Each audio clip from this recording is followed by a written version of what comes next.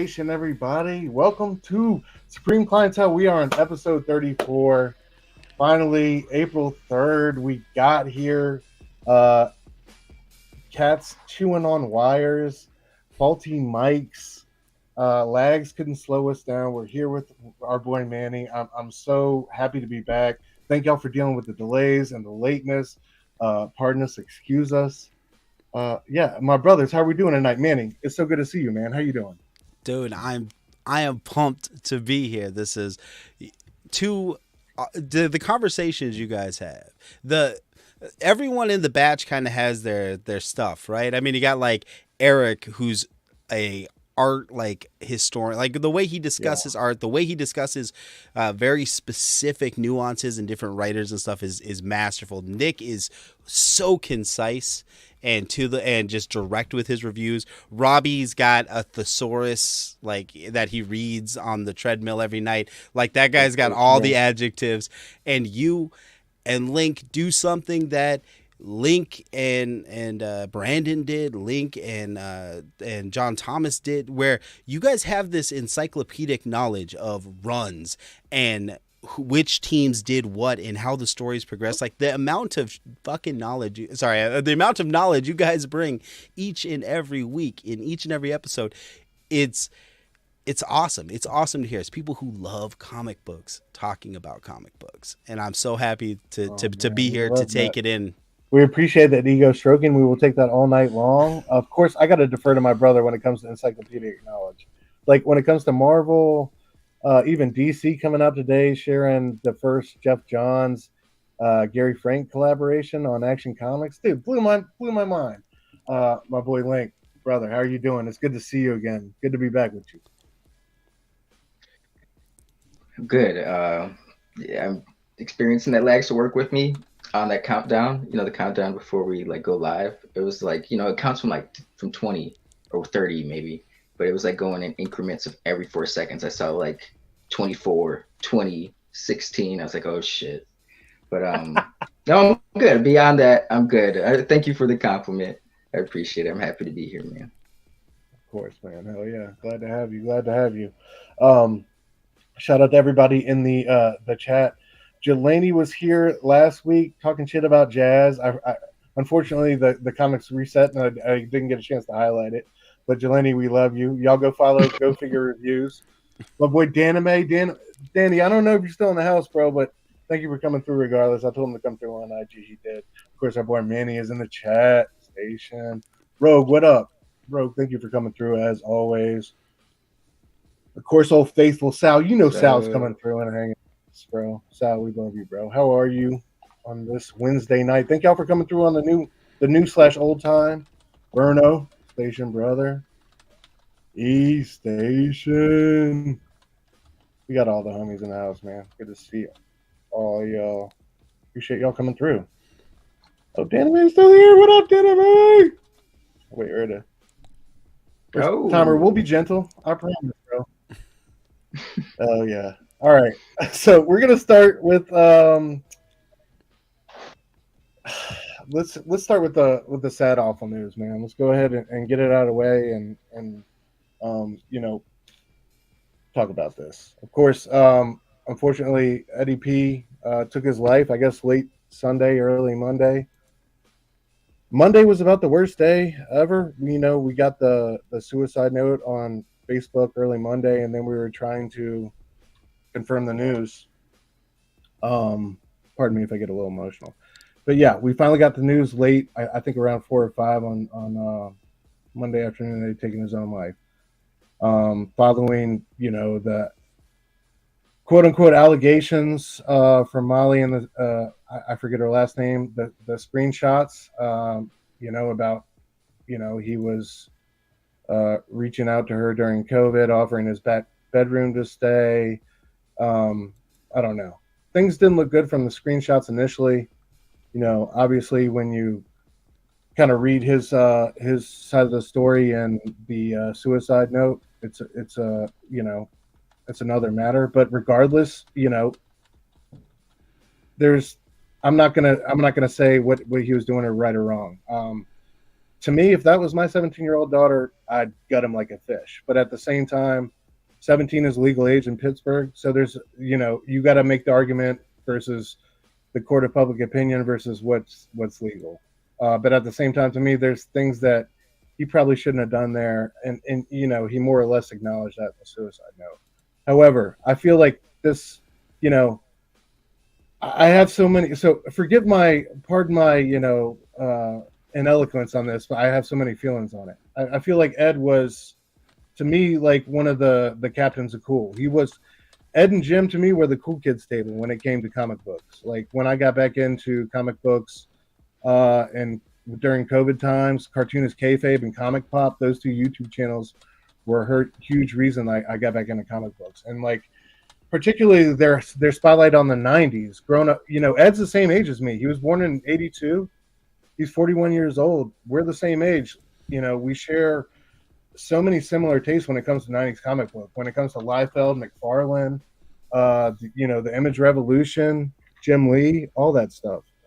And the guys, not only does he have good taste, but he's an artist himself. Him and Jim brought that whole perspective. Like one of my favorite moments in Cartoonist Kayfabe history is when they're interviewing Brian Bolland and they're going through Killing Joke, like panel by, I think it's the artist edition, panel by panel. And like they're on the second or third page and Brian Bolland's like, you guys are really about this shit, aren't you? It's just a great, like he didn't really kind of, understand who he was dealing with until that, he got that revelation. I just thought the way they broke down comic books, the perspective they brought, not only with taste, but as creators themselves was unparalleled, man. And they were one of the hottest, if not the hottest, streaming YouTube channel in comic books. God bless my brothers. I'm not saying, we all make fire content, but these guys I just thought were, to me, like I said, the cool kids table. And to see all this go from allegations, screenshots, and whatever to Ed's suicide in the space of a week is just, I still don't know how to feel about it. And I have my own, I just want to say shout out to all my homies in the private chat that would like allowed me to work through my feelings there. I was shocked and hurt at first too. And I'm not gonna either blame Jim Rugg either. Jim had to make decisions for himself and his family. You can say he should have chose a different choice of words or whatever, separating from Ed, but I'm not gonna. I think the wrong thing to do with this is get into the blame game. I think we all have lessons to learn. I think coming out of this. But anyway, pardon my rambling. But yeah, I'm still developing my feelings. I'm still trying to think about it. I think like if you guys come tune in to Blame Fable and His Amazing Friends on Friday, I'll be more eloquent about this and be more organized with my thoughts and what I want to say. But I'm still in shock, man. And I feel like as a fan, I let him down and not letting him know that he was loved enough and that he had reason to stay upon this earth. And all the game he gave us, him and Jim, be it with kayfabe or with his own comic books, it's just that's, somebody said it, and it's the truest thing, is like one of the biggest things out of this is all the comic books we're not going to get now from him. And not just with kayfabe and him recommending comic books from the 90s, but like the comic books that he created. He made so many great Hip Hop Family Tree, Red Room, WYSIWYG. He did so many great covers. He's just I don't know, such a legend in the game. And it's just, I really don't know, I'm so sad and I feel guilty and angry, and I don't know, so many feelings. But I just want to say thank you to all the people close to me that allowed me to, like I said earlier, work through my feelings and thoughts on the matter. Thank you to my PCP family. None of us lashed out and made any crazy videos, or we all sat with our thoughts on this and processed it, and and now here we are. And we'll continue to lean on each other moving forward. But I'm just so proud of my family and the way we carried ourselves through this trauma. And I know we're here for all of y'all moving forward. It's a huge loss, man. When it comes to the comic book game, it doesn't really get, to me, it doesn't get any bigger than this. So long live Eddie P, man. I don't know, a godfather, one of the greatest, and let's continue to celebrate him and lift him up and be here for each other moving forward. Anyway, sorry for the rambling. I'm gonna move to Manny, man. Manny, I know you're a fan of X-Men Grand Design. You're not super hardcore on Piss Core, but just your general thoughts on this, bro. I you one of the things that I try to do is I try to stay out of editorializing as much as possible. I try to stick to like reviews and things like that. So what I can say is X-Men Grand Design, one of the first books that I thoroughly reviewed on the channel for our Throw Your Sets Up Saturday.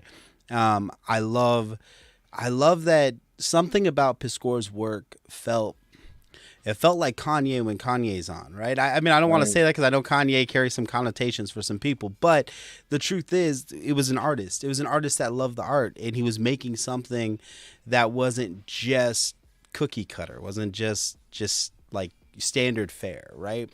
And I appreciated that about Ed's art.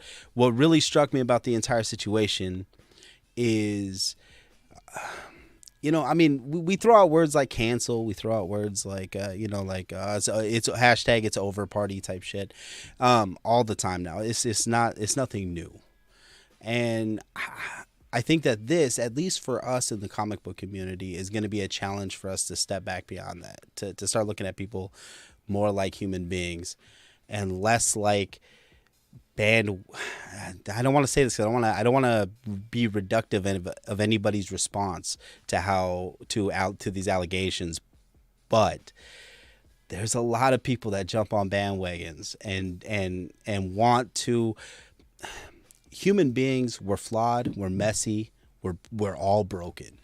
So when we can jump on someone else's brokenness and distract from our own, it's kind of like if you come over to my house if you come over to my house right now, you'll walk upstairs and it'll be clean. It'll be nice. The truth, though, is that that there's a million toys shoved behind this door, behind that door.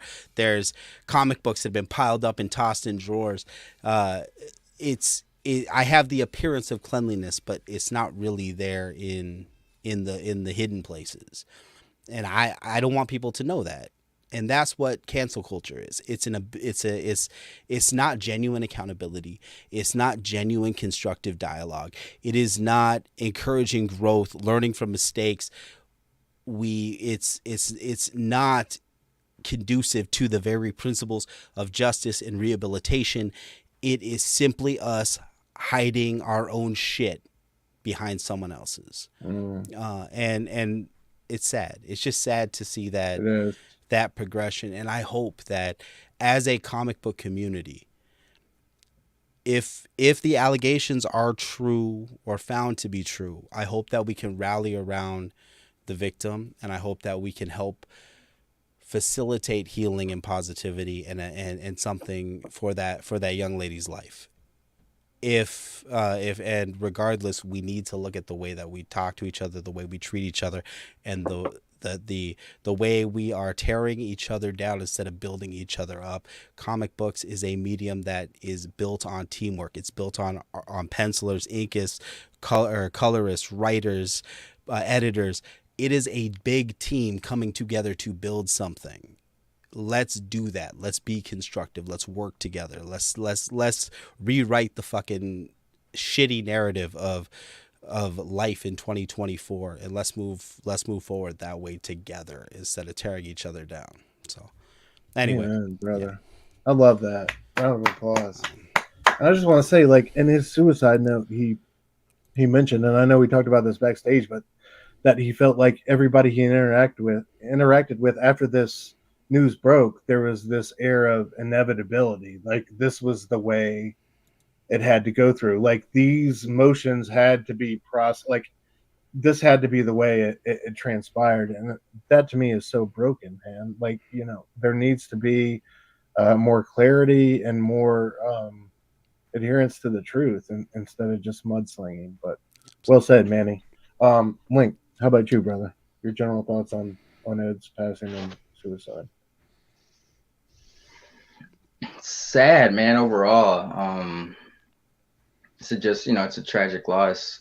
Uh, just how quickly it escalated. I understand both sides of the party. Like what he did wasn't good, but I don't think the ends justified what happened. The way he was harassed with such hate and vitriol for like the last week that drove him to do what he did wasn't deserving, in my opinion. I don't, like you guys said, with cancel culture nowadays, it doesn't leave room for people to become accountable. It's just you fucked up, you're done. And like Manny said, people are flawed, they're messy, they're infallible by nature, So when people jump on that, and the problem is, I think a lot of people want to have this air of altruism, and it's completely bullshit. They want to seem like they a lot of people champion causes that they don't truly give a shit about, but because it's a good look, then they're gonna jump on the bandwagon. I'm not gonna name any names, but I've seen quite a few people over the last week who are talking shit about the man, and then when he passes away, oh no, boo hoo! Like, wait a minute, let's take a step back. It was not your tone last week, and it just comes off as fake, and I see that a lot, and it's sad. Even now that he's passed, there's some people out there, and that once again, not to take away from the plight of the accuser. There's some people saying, oh well, don't forget about the accuser. No one's forgotten about the accusers. Like the man, what more do you want? The man's dead. Like you've won. Like you can't let him. Like no one's taken away from that. Like people are forgetting that this was someone's son, brother, sibling, uncle. That his mom carried him in a womb for 9 months, and raised him as a baby and had hopes for him. So it's very tragic, bro. And I think a lot of people need to get off this bullshit, the fake bullshit they emulate, and just be real, champion something you care about, bro. Like I'm tired of people just jumping on the bandwagon just because they think it's gonna make them look good. Like it's very annoying, I understand maybe the heart's in the right place, but not doing a good job. Like you guys said, it's a tragic loss and so many fronts. Like all the comics we're not going to get from the fact that, like you said, man, he was like Kanye in the aspect. Kanye was able to reach different audiences in terms of hip hop. Like the preppy kids, people in the suburbs. He was able to reach them easier. And that's why I feel like Ed did for comic books. Like people who didn't read comic books, just for specifically Hip Hop Family Tree. That would have been a great gateway for people who don't necessarily read comics. They might be into hip hop, but they read that like, oh shit, comics do shit like this. I'm gonna check that out. He had he was an air, like you said, he was a cool kid. He had an air of coolness to him. He was edgy, but in a good way. And like he said in his note, bro, he wasn't AI. He was a real person. Like people have to remember, and they often forget that a lot of these public people, they're putting on personas. Like they may seem like they don't give a fuck and they're just really edgy, but it's a persona, bro. Like he's got to sell something. He's a showman in that aspect. And people really do forget that, I don't know, maybe it's because of the screens and the disconnect that, the internet bullying, the fucking not hillbilly, but pitchfork mafia, like it just makes it easier. But that shit, it's got to stop, man. Like people have way too much time on their hands and need to get more hobbies, or they need to get some real problems in their lives, because people have a lot of fucking time on their hands to champion causes they don't truly give a shit about. And it's tiring. Give it up. But it's sad overall. That's just tragic. Yeah. It is. It's tragic, and hopefully we can all learn something from this moving forward. I think we all have a certain look in the mirror to or a certain conversation in the mirror to have about the culture on the internet and just judgment, whether it be silent or in public. But yeah, it's I don't know, man. Or It's just be more a huge patient. loss. You like, in this situation, people being patient about the facts for the accusations would have benefited. Ed himself being patient for the outcome, just waiting this out, would have benefited him. Like people are so fucking quick to jump onto something they know nothing about. Give their opinion on something they just read the fucking headline and they're gonna go make a video about it. And meanwhile, they don't know what the fuck they're talking about. Be patient. Go do your research. It's a tragic event, bro. Like, it's very sad. And, it just to see the hypocrisy from a lot of people, yeah. Well, that's the thing. It's like it all moves so fast, and all those elements that help accelerate it are. That's what's awful about this, because I felt like time would have helped all of this, the accusations and his career and his bounce back, and I felt like all of that would have been on his side if he had just given it another day or two. But it's really heartbreaking to learn that he had consulted that website, that free website that advises you on making a last will and testament, like the day after she posted her accusations. What does that say about cancel culture, man? Like, it just seems like he had his mind made up, like, as soon as that came out, that it was over with. And I don't know, it just all moved way too quickly for me, unfortunately. But yeah, RIP Ed Piskor. I cannot believe I'm saying that, but yeah, man, one of the greatest. The reason I was going to Heroes this year, like, for real, him and Jim. But anyway, thank you all for listening to our ramble jumbled thoughts about this recent horrible loss just 2 days ago in the comic book community. All right, gang, let's get into some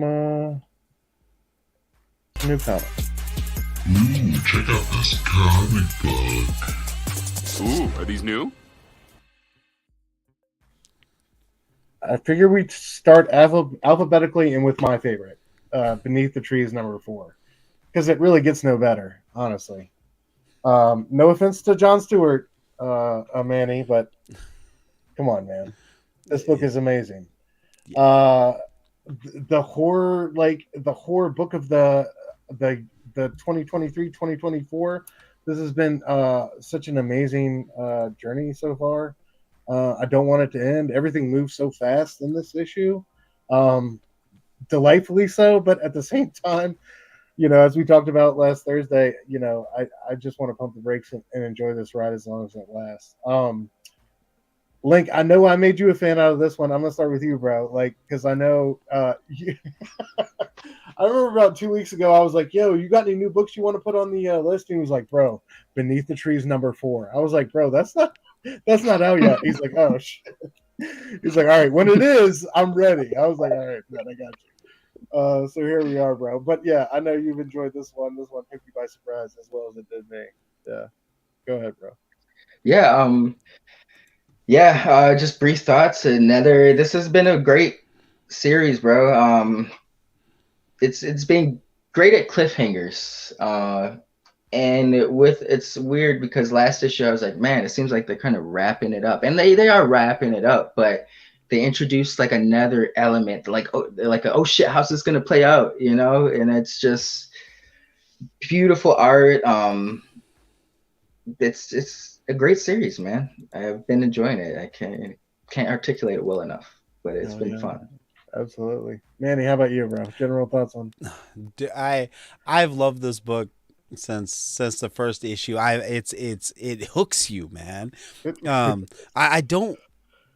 Patrick Horvath or Horvath, however you say the name, that dude right there he's clever as all hell, right? I mean, not only is this just a really cool slasher book, and I do think that in the hands of, even if you just took the same story and in the hands of different artwork, a different creator, it wouldn't have the same punch. Just like, I don't want to use this word because I used it like 16 times during the monthly review. Like, seriously, if you hear me say disarmingly in the monthly review on the rewatch and you make it a drinking game, you're not making it out of there alive. But it is disarming. It lulls you into that false sense of security And then when you do get those scenes, the visceral horror, it takes you by surprise, and it makes it work on a completely different level. The just the way that he's using those same like warm, earthy tones. The anthropomorphic animals, not only do they have that Richard scary look, but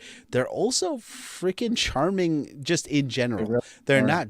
They have like a relatable life to their faces and everything. It just works so damn well. I love this book.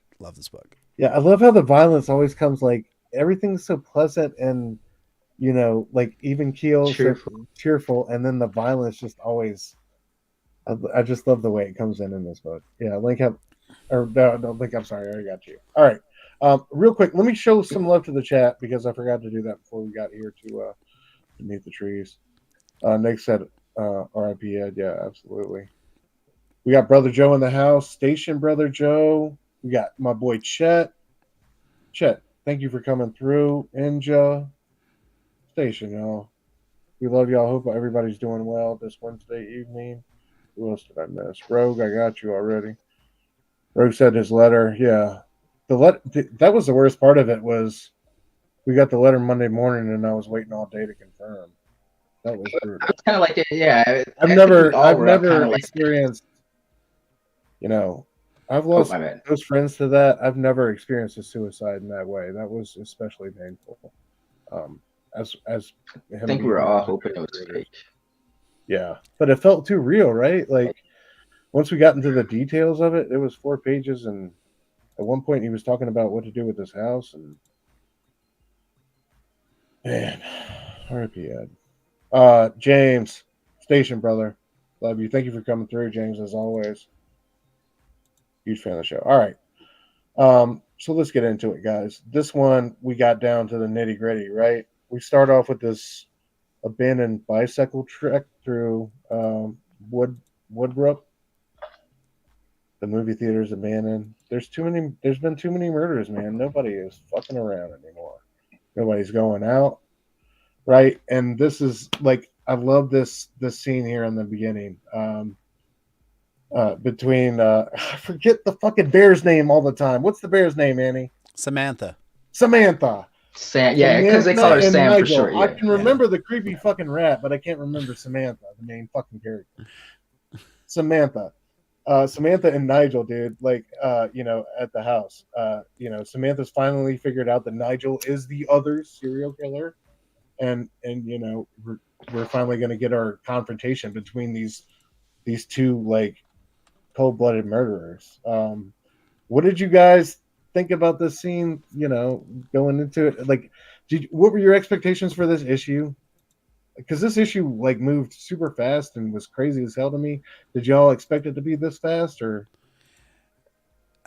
I mean, it didn't kick off at a breakneck speed or anything, but it built as it went. Yeah, I think that what Patrick H did in the previous issue with that like kind of killless issue for the most part, issue 3, like that, he showed he could build tension without having to go into the graphic violence. He could still build that up, when Sam's hiding in that closet and the butcher's cutting up the meat, he knows how to do those things. So even in this, it's that you could feel that it's tense in there. You could cut the air with a knife in this scene. And I don't know. I really dug it. Oh yeah. How about you, Link?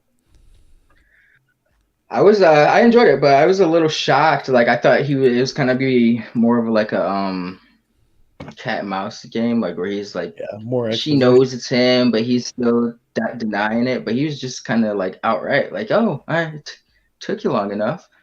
And he was like, "I just wanted you to notice me." I thought that was really cool. And just how she was just, gotta cut this shit out, like I just thought the abrasiveness or the direct confrontation was interesting. I thought they were going to dance around it a little bit more, and they just kind of got right into it. So yeah, I love this. Like when she comes, Nigel comes down the stairs and Sam jumps right away with the Christmas. He's like, "Oh, you startled me." I love that feeling. Like I love how that's your first indication they're like, damn, this motherfucker really is freaky. He really is on some other shit. You know what I mean? Like, I really appreciated that. But yeah, anyway, they have this kind of conversation where it's Nigel tells Sam like how he found out what she's doing. Like, I followed you to the city one day and I saw everything, you know. And we get taken back to the scenes from what I think issue 1 where we learn that Sam cut up this duck, which was super gnarly. Yeah. So Nigel knows where the paint cans are buried. This is bad news, right? Nigel knows everything. Sam freaks out. And I love how Sam freaks out. Sam freaks out in like typical serial killer OCD fashion. Like fucking tells Nigel off, bikes home, and just cleans the shit out of the house. Like I just thought that was so real and such an authentic reaction to the situation. Did y'all feel the same way? Yeah.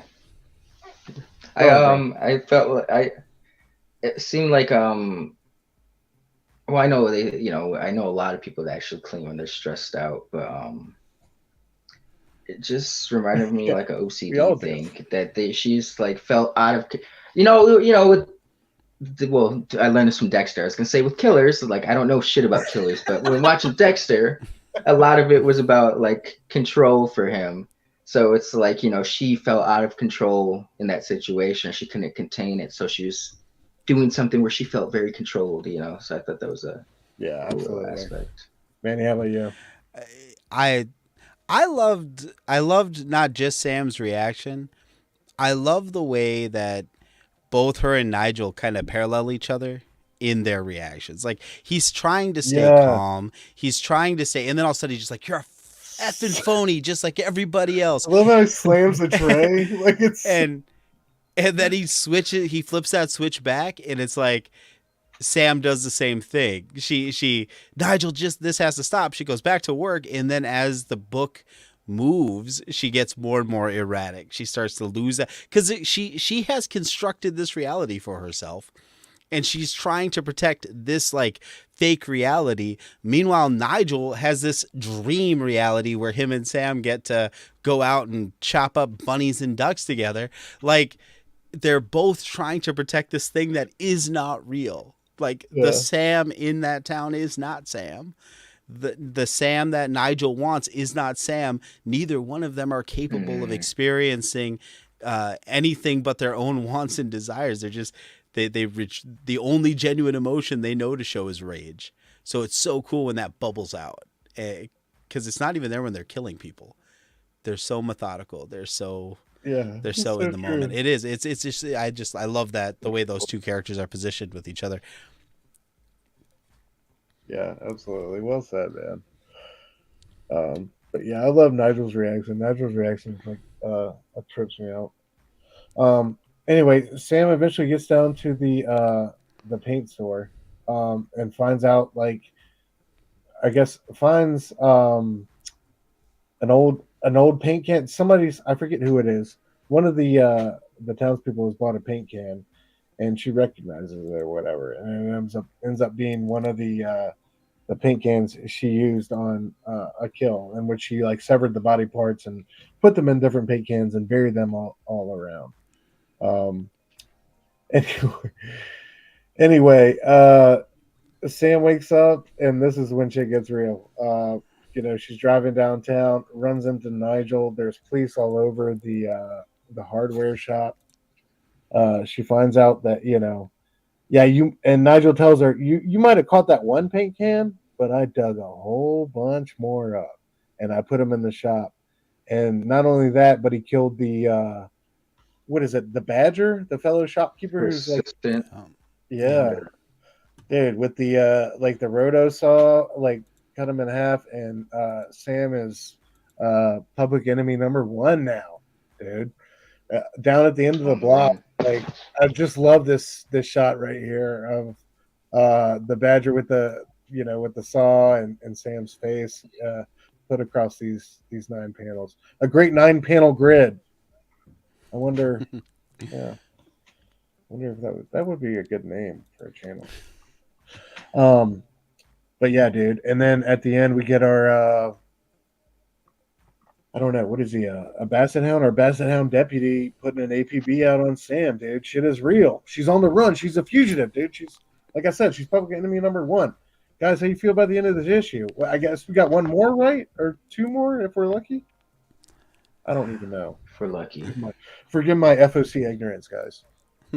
I wanted to just keep on going until eventually he like goes off in a boat after she kills like her sister, and then ends up being a lumberjack in Oregon, and then they have a half-assed requel. That's what I'm. There you go. Yeah, just and ring it till it's like full of spin-offs and shitty tie-ins and.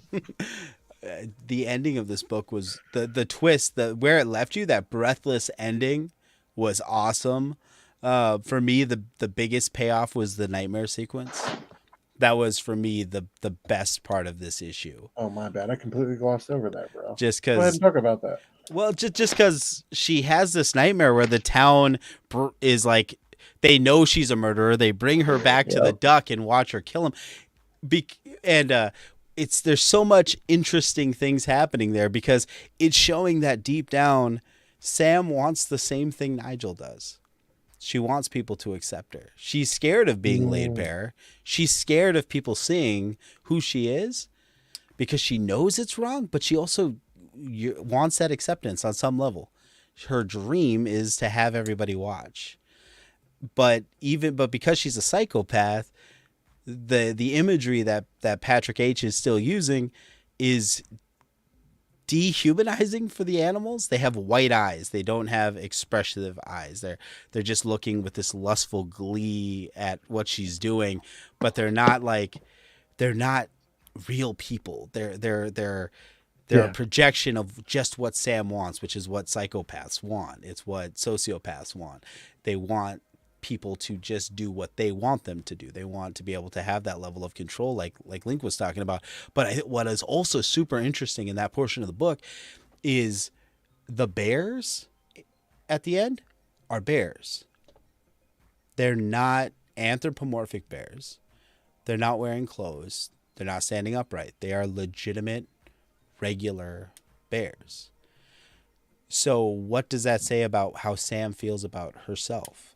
The idea that she is an animal, the idea that she is this killer who is separate. She is the other. Also, it's a throwback to one of the best moments in the book. Like, do you remember in issue 1 where she's bearing the duck and the regular bear walks by? Yeah, and she's like, "I'd appreciate if we could just keep this between us." I love it's just that imagery, that idea, that idea that she's different. She doesn't even see herself as one of these people. So it just closes the loop on that constructed reality that she lives in and how tightly she's grasping to that. I don't know.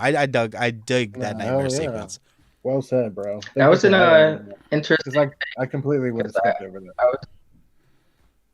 I was looking at when I saw this. I enjoyed this scene, but when I saw it, I was like confused because I was like, at first I thought I was like, are these like all her victims, and they're coming to watch her kill the duck for whatever reason, or she's just thinking of a specific victim. But then I saw the bear, that regular bear that she met at the end of issue 1. I was like, she didn't kill that bear, so that can't be all of her victims. So.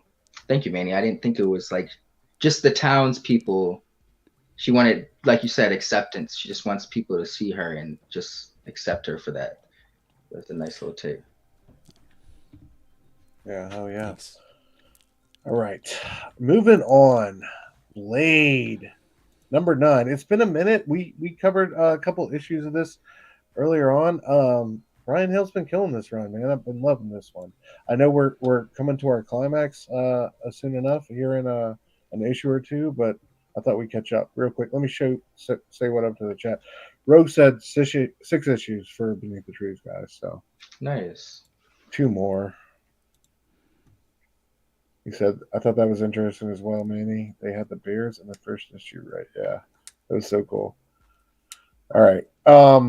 Blade, man, just general thoughts. Link, you been enjoying this one? I know you kind of been reading it with me, but your general thoughts on this run? I won't hold you up. I'm not caught up to the most current issue. I forgot to get caught up to this. I read Green Lantern, but was I knew I was missing something, and then I was like, "This is what I get for being prideful." But I had to go check the messages because that's where it's at. That's all I had to do was go look. But I was like, "No, I read it. I got everything." And then today, when you put up the promo, I was like, "Oh shit, I forgot one." But no, I haven't been enjoying it from what I've read so far. I look forward to catching up to it. I will say that. Oh yeah, Manny, how about you, sir? Are you caught up? Oh yeah, oh yeah. I it, it's weird because I always love reading Blade, but I also never have it on the top of my stack for whatever reason. But I think it's actually Steph that might have said this, that he writes like a director. Like the story unfolds in a way that is it's got to be a matter of pacing. You know what I mean? Where it's every issue is hooking you. It's pulling you along. You're on the journey. It doesn't. There are some books where you turn a page, you see like a shit ton of writing or weird images, and you're just like, oh fuck, I can't even right now. I can't even right now. I'll come back. Kradansky, please forgive me. You get those types of books. You never get that with Blade. Blade is a book that hooks you and brings you the entire way. You're not left scratching your head. And there's weird stuff that happens in this book, and you're never once left scratching your head, right? When a couple, I don't know, maybe it was last issue, a couple issues back, when Blade is walking around leading those like demons around like the Dodger in Oliver and Company, just walking them down the street and stuff. That's weird stuff. But it works. It works in this book, and it never leaves you confused. That I think is very interesting. I don't know. I dig Blade. It does. I've dug everything about this run except for the Hulk. The Hulk issues were a little to me, and it felt like they were trying to like make Blade sell more with Hulk involved. Is that what it felt like to you? Like, did that serve any real purpose to you in this story? I really hope it plays off. Like, I really hope that the Eldest and the Adana have something to do with each other. Like, I think the idea that Blade can work with other people, and especially people as volatile as the Hulk, that he can bring some heavy hitters out. Because Blade does work with the greater Marvel group, but I feel like a lot of times we're expecting him to lone wolf this stuff. And the fact that he can even pull in the Hulk to help him out is interesting. But I think it is an attempt to bolster two books that don't have a ton of hype around them. You don't have like juice, man. No, Blade is a really good book, but I don't hear a ton of people talk about Blade. The Hulk is a book that exists and has some really good things about it. But so I don't know. I think it's an attempt to build both of those up, and I think going into what's the next event, that Blood War or whatever. I think it's just set up. Yeah, I agree. I second what you said though. I think Blade is the better book of the two if we're staring at Blade. Like Nick Klein art and all, man. Like, but that story is freaking a sputtering engine, dude. Give me a break. But yeah, I don't know. Much to what you said about to Link's comment about him writing like a director, we kind of opened up with this great action scene. This whole issue is about Blade getting the attention of the Adana and getting that one-on-one that he's after, that he's so tragically fumbled here, like in a matter of he killed the one what's his name, the one guy who could help protect help fight the Adana. He also lost the sword. So he's the Lucifer sword. So I don't know. He's fumbled the rock here a couple times. He's trying to find a way to get the attention of the Adana. Like I said, great scene here, kicking homeboy out of the window. He transforms to a werewolf where he hits the ground. I love that. It's a dope yeah, good little transformation scene. But then, of course, he's got a backup plan. Gets hit by the car.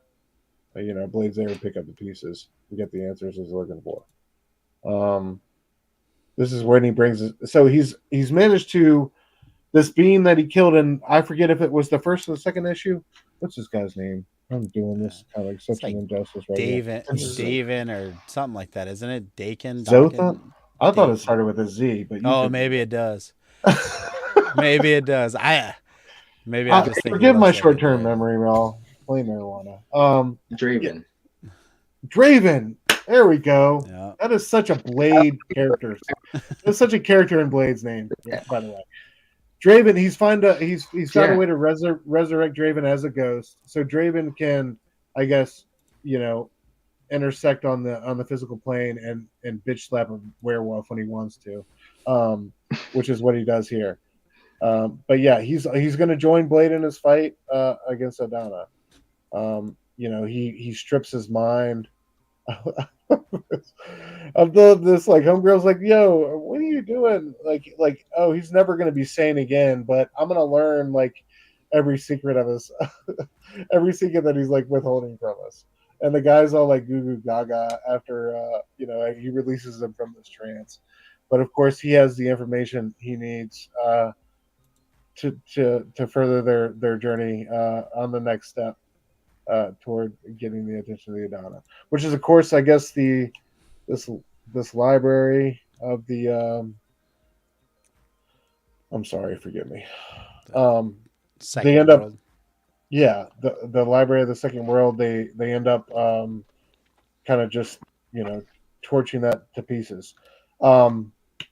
Did you like the appearance of this character right here? The like female Mephisto, I guess is the best way to characterize her. Manny, I guess, since Link you're not cut off.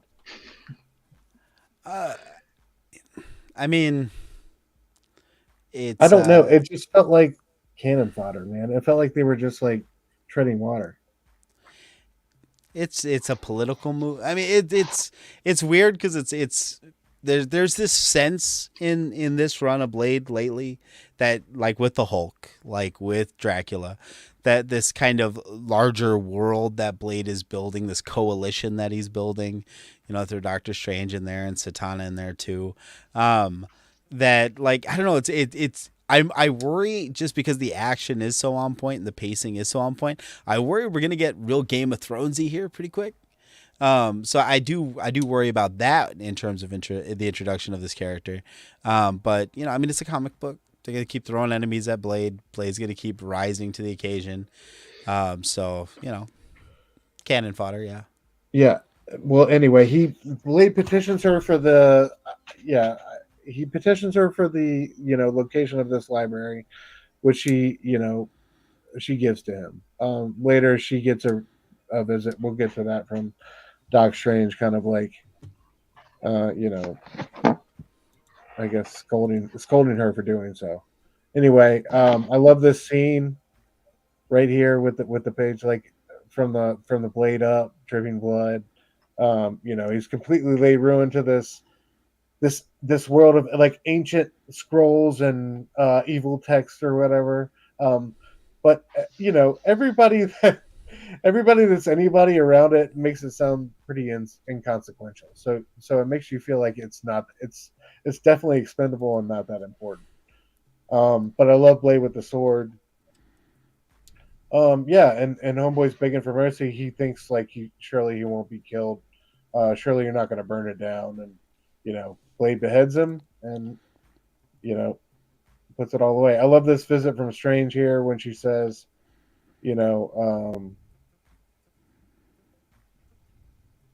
he asked for, what did he ask for? He asked for help, Strange, not faith. And that's what she gave him. She gave him help, not faith. She still thinks like his mission, his task is impossible. But yeah, here at the end, he gets what he wanted. This old council petitions Adana for this injustice or whatever, and she's like, whatever, I'll abide your old stupid laws, and I will destroy the Daywalker. So yeah, I guess we're gonna get, as Rogue said. Thank God for the chat for being better informed than I am. But yeah, Rogue said there's one more issue, so we're finishing up with issue 10. But yeah, I don't know. General thoughts on the anything else you want to say about that one, Manny? Before we get on to Not Green Lantern? No, no. I mean, nothing majorly concerning. I mean, the thing that stuck with me in that one was the werewolf beheading because Blade could have just let him go on that way, but it shows that Blade is still, at his very core, still a hero, still gonna do the right thing, even if the right thing in that moment is beheading a dude. Just because he's working with people that are not good people necessarily. You know what I mean? He's out there working with Dracula. He's out there working with Satana. He's made a shit ton of mistakes, but he's not letting those mistakes define him. He's still moving forward, still walking in the day, so to speak. So Oh I don't yeah, know. I dig it. nice. Oh, yeah, absolutely. All right, and this one I loved, man. I love getting back on track for this. We had read it before, Manny, so I'm glad you brought issue 7 to the forefront. Green Lantern War Journal by Philip Kennedy Johnson. Um, art by what? Montos on this? Mm-hmm. Fantastic artwork by Montos throughout. Link, are you caught up on this one, bro? You said you were caught up on this one. General thoughts on this, bro? Because I know we read it earlier. That's great. Yeah, go ahead. Yeah, I loved it. I had same reaction as you. I was like, man, glad I got caught up on this one. Right? Because think I last read issue 3, so I had 4 issues to read, but I enjoyed it. I'm a big fan of Jeff Johns' run on Green Lantern, and it gives me those vibes. Not per se, but like some of even the art in certain aspects gave me like Ivan Reyes. Like it gave me Jeff Johns, Ivan Reyes, Green Lantern Prime vibes when I was reading it, and like I hope it continues. I've tried reading a few Green Lantern books that weren't. I gotta read the other one with Hell. I'm not a big Hell fan, but I hear it's good, so I'm gonna check it out. But I've tried reading a few. Jeremy Adams. Yeah. Yeah, I've tried reading a few Green Lantern books that weren't Jeff Johns related in the last couple of years, and they haven't really been my cup of tea. I haven't really been able to stick with it, but so that's why when I say this one reminds me of John's run, it makes me want to stick with it. Like I want to see where this one plays, how it plays out, and where they take John Stewart as a character. He's always been different, I'm glad to see that they kind of do that with his power set, like the whole new aspect with like his ring not being tied to a source and or not being connected to the battery, and him making these. Oh, one of the more fascinating things to me has been Nellie, his little creation. I think his sister he created. I think he created her in like issue 5 or 6, but I think that's an interesting aspect for his power set. And I'm curious to see like how that. It reminded me of Shard and Bishop from X-Men, because Shard she's just a light form. And I always thought Shard was a cool character. I never, as a kid, I always was confused. I was like, so is she actually real? Is she just like a hologram, or how's? But I think there's potential there, because I like the aspect of what qualifies as a life. Severance, if you've seen it, kind of did interesting things with that. She popped up in the X-Men '97. You saw her? No shit, Shard. During the No way. when they were all getting their minds manipulated by Madeline Pryor, I think in the last, not the newest one, but the last one or the one before that. Yeah, Bishop saw Shard. Yeah. I think I might have seen it. I got to go back and watch the one. I did really like the episode, just because the whole house segment reminded me of like some Studio Ghibli shit. And this episode, I won't get too deep into it, but they've been doing interesting things when it comes to like the animation and cool callbacks and stuff. So, but Green Lantern, I've been enjoying it. I'm glad Manny recommended it again. Manny brings. I forgot about this book. Manny, go ahead, bro. How your general thoughts on this one? I thought it was a really good issue. Like I said on the monthly, I think that it's really cool to move forward in the story into something that feels fresh, feels new, but still carry it. How do I want to say this? it's bringing us to the next arc completely in a very literal way, abandoning what had come before, putting John in a completely different place. We're introducing a completely new villain, but it still feels connected, and the heart of the story, the family aspect, is still at the forefront. Like it works. It works in a very it works in a way that not all comics can make that transition, right? You finished an arc, and then a lot of times it feels like, oh, we have to continue it, so we're just gonna do this now. There is no this now.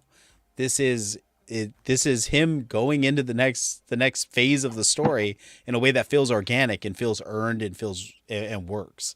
So I don't know. I'm digging this particular issue. Yeah.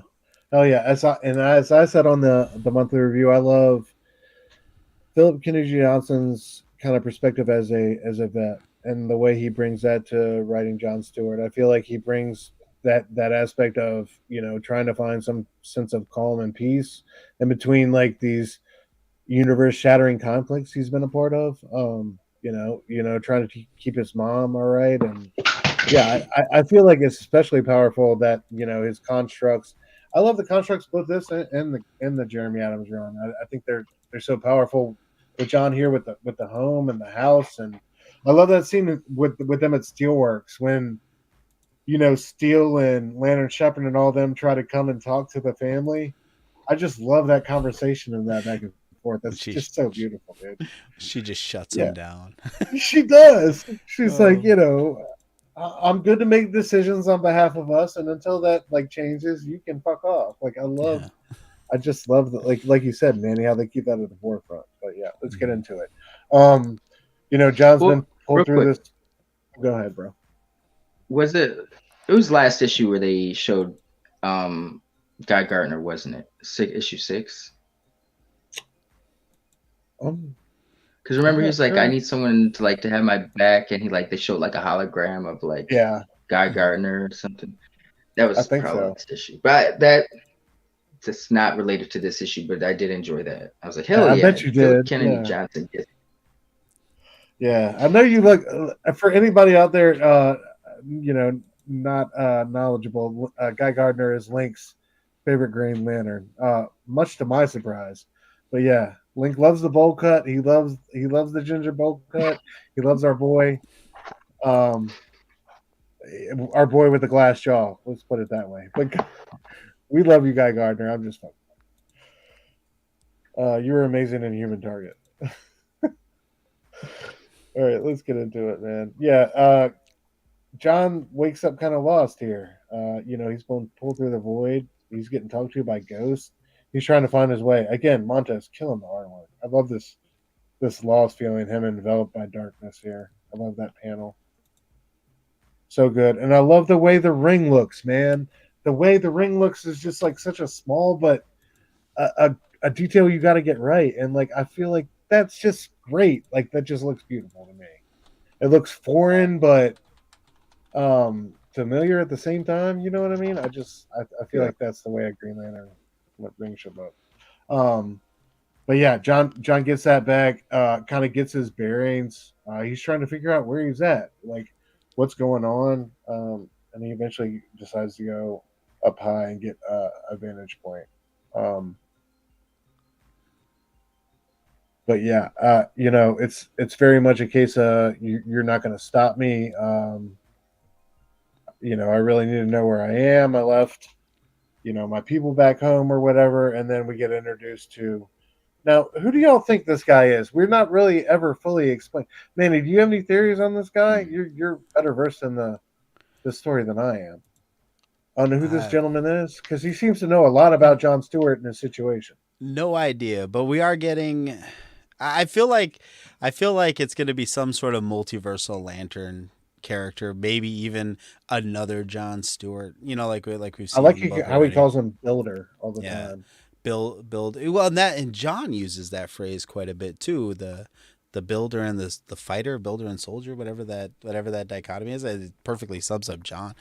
So I'm leaning that way, or maybe this is a different type of Lantern Shepherd, somebody who John in a different multiverse trained, or it's got something to do with Olgan, and it's going to be some new god Genesis power type thing. I don't know. We'll see. There's a lot of unexplained stuff in this one. Yeah, absolutely. All right. Well, moving on. He realized he's on the Dark Star. What is it? The Dark Star of Finn or something? Yeah. The Dark Star of the Finn. Yeah, is no star at all.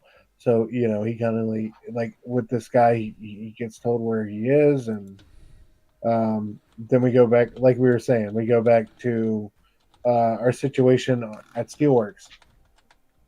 And John's mom is kind of playing with the sister, and she's just kind of resetting the clock, and kind of like toying with her mind. Let's play again. Isn't John due home soon? No, he's going to be a while. And, kind of toying with your reality to kind of keep things neutral. And obviously, this is an unattainable position long term. It's working short term, but obviously, like her condition is not getting any better. And this is just a short term. This was really just a short term fix by John. He wasn't expect obviously to be stranded on the on the other side of the Dark Star of the Finn or whatever. So yeah, it's like it's crazy that the construct still works, like with him this far separated from it. Like honestly, that speaks to I guess his power set and like his power levels. But I thought that was incredible. Well, because the new ring, right? That new ring is Genesis power from that from Johnson's stuff in Action Comics, War World, the War World, saga, yeah. So you've got it's not like Owen power battery stuff. It's like what powers Olgan and all the what I mean, all those godlike characters. So it's what made in War World it made like the Kryptonians stronger. What I mean. There's that power is fucking OP. So it's also unknown. We don't know what the hell is gonna happen here with this little girl he made. You know what I mean? That's so true, dude. And it's like I wonder what he can see and if he can see anything, and like because it feels like he's completely shut off from all that. Like any kind of like I would feel like if you set something up like this, you would want to have some mechanism to be able to like look in and spy on the situation, but it just feels like you said, a completely independent type. Like I'm gonna put this little girl in charge, and like you said, it's just like, man, we don't know. And she doesn't seem. She seems a little bit righteous, a little bit hard edge. You know what I mean? Like if push comes to shove, I don't know where this girl is gonna come out on it. But yeah, you also see the Revenant Queen out there sneaking outside the window. So, dude. Like we're gonna figure out what's what real soon. There's Guy Gardner. No. The Revenant Queen is yeah. There's your boy. My bad. The Revenant Queen is targeting his family. But yeah, John tries to fly super fast, all willpower out of this conundrum he's found himself in. He gets bounced back. He realizes this really isn't a winnable situation. Then he sees people fighting on the ground. I like how like he's like, wait, they aren't soldiers, and like he finds out they're scientists, other scientists and just random civilians who got stranded on this godforsaken place that have tried to find or build / engineer some way to fight back and get out of it, even though it's hopeless. Against I felt like PKJ was inspired by Superman Beyond for this issue. You talking about after the final Grant Morrison Doug Monkey one? Yo, I got the 3D glasses for that joint, I think. Yeah. Oh yeah. But no, I mean not just necessarily like beat for beat, but just the whole concept of their stranded in this universe, and they're all from like different times and stuff, and they can't get off of it. But it's a very weak connection, but it did remind me of it in that aspect. No, I hear you. But yeah, he finds out that John Stewart's wondering what they're doing. He finds out they're preparing for an assault. All along this guy's kind of telling him what's going on here in this universe, and also like revealing intimate things about John that are alarming that he should know. Anyway, we get this big badass. I forget what they call it. Star. What is it? I can't see it. Some big entity sent by the Revenant Queen, basically, to come and attack this world and finish it off. And basically, his god has told him if he doesn't hold this line, all universes will follow. The Revenant Queen, darkness will basically envelop everything. Your old typical rigmarole, but regardless, it still works for me. The art is crazy. I love the dark, purplish designs with all these bad guys and the Revenant Queen. I love the way the Revenant Queen and all her kind of acolytes have looked since day one. I think it's been great, dude. And I hope we get Montos has been making all these deadlines. Hopefully, we can expect more of their artwork moving forward. But it's been fantastic. I don't think Jeremy Adams, Hal Jordan has suffered the same fate in terms of artists being as consistent, but this one has been a delight, dude. Just catching up on all these issues. All of them are beautifully illustrated. Like I said, the colors like pop issue to issue. The constructs have been great. And John Stewart's story has been so real and authentic. And I love the role his family has played in this. I think it's a brilliant stroke by Philip Kennedy Johnson. I think it's telling that he does his best storytelling on DC titles. I feel like he's been handicapped on Incredible Hulk for whatever reason. That just doesn't. The way this story has progressed issue to issue, and the way that Action Comics and the World Saga and his other DC books have, the way I don't know. This just feels like or Incredible Hulk feels like such a slow moving, just broken machine. But anyway, I don't know. Sorry to ramble. Into the issue, thoughts from you guys. Link, go ahead, bro. I'll send it to you first. Just the artwork. Looking forward to the next one. Yeah. Oh yeah. There was a panel. I enjoyed the battle scenes in this issue. There was a panel where John. It's when Shepard got. I was gonna say killed. He didn't get killed. He gets hurt, and John's got to level up to save him. But when he's like all green, but he's like putting constructs down. But there's like this panel of him putting a construct down, but it's like from behind, and you can see like some of the dead dark stars running at it, or I forget what they're called, Daywalkers. But it reminded me of like 28 Days Later, which I thought was cool, and I think it's cool that it's a superhero book, but it's got this tinge of cosmic horror, space horror, which I think is also cool. Absolutely. Yeah, great book. Yeah, like you said, I had fun catching up on this one. I was like, this is like one of those situations. I was like, damn it, why have I not been reading this? Because I enjoyed it when I read it last time, but I just forget about it reading digitally. But I'm definitely looking forward to next issue. Oh yeah, Manny, how about you, brother? Yeah, I'm hanging on every word. I'm excited. I think Philip Kennedy Johnson, because he did have such a long. I mean, that fucking War World saga drug out forever. What?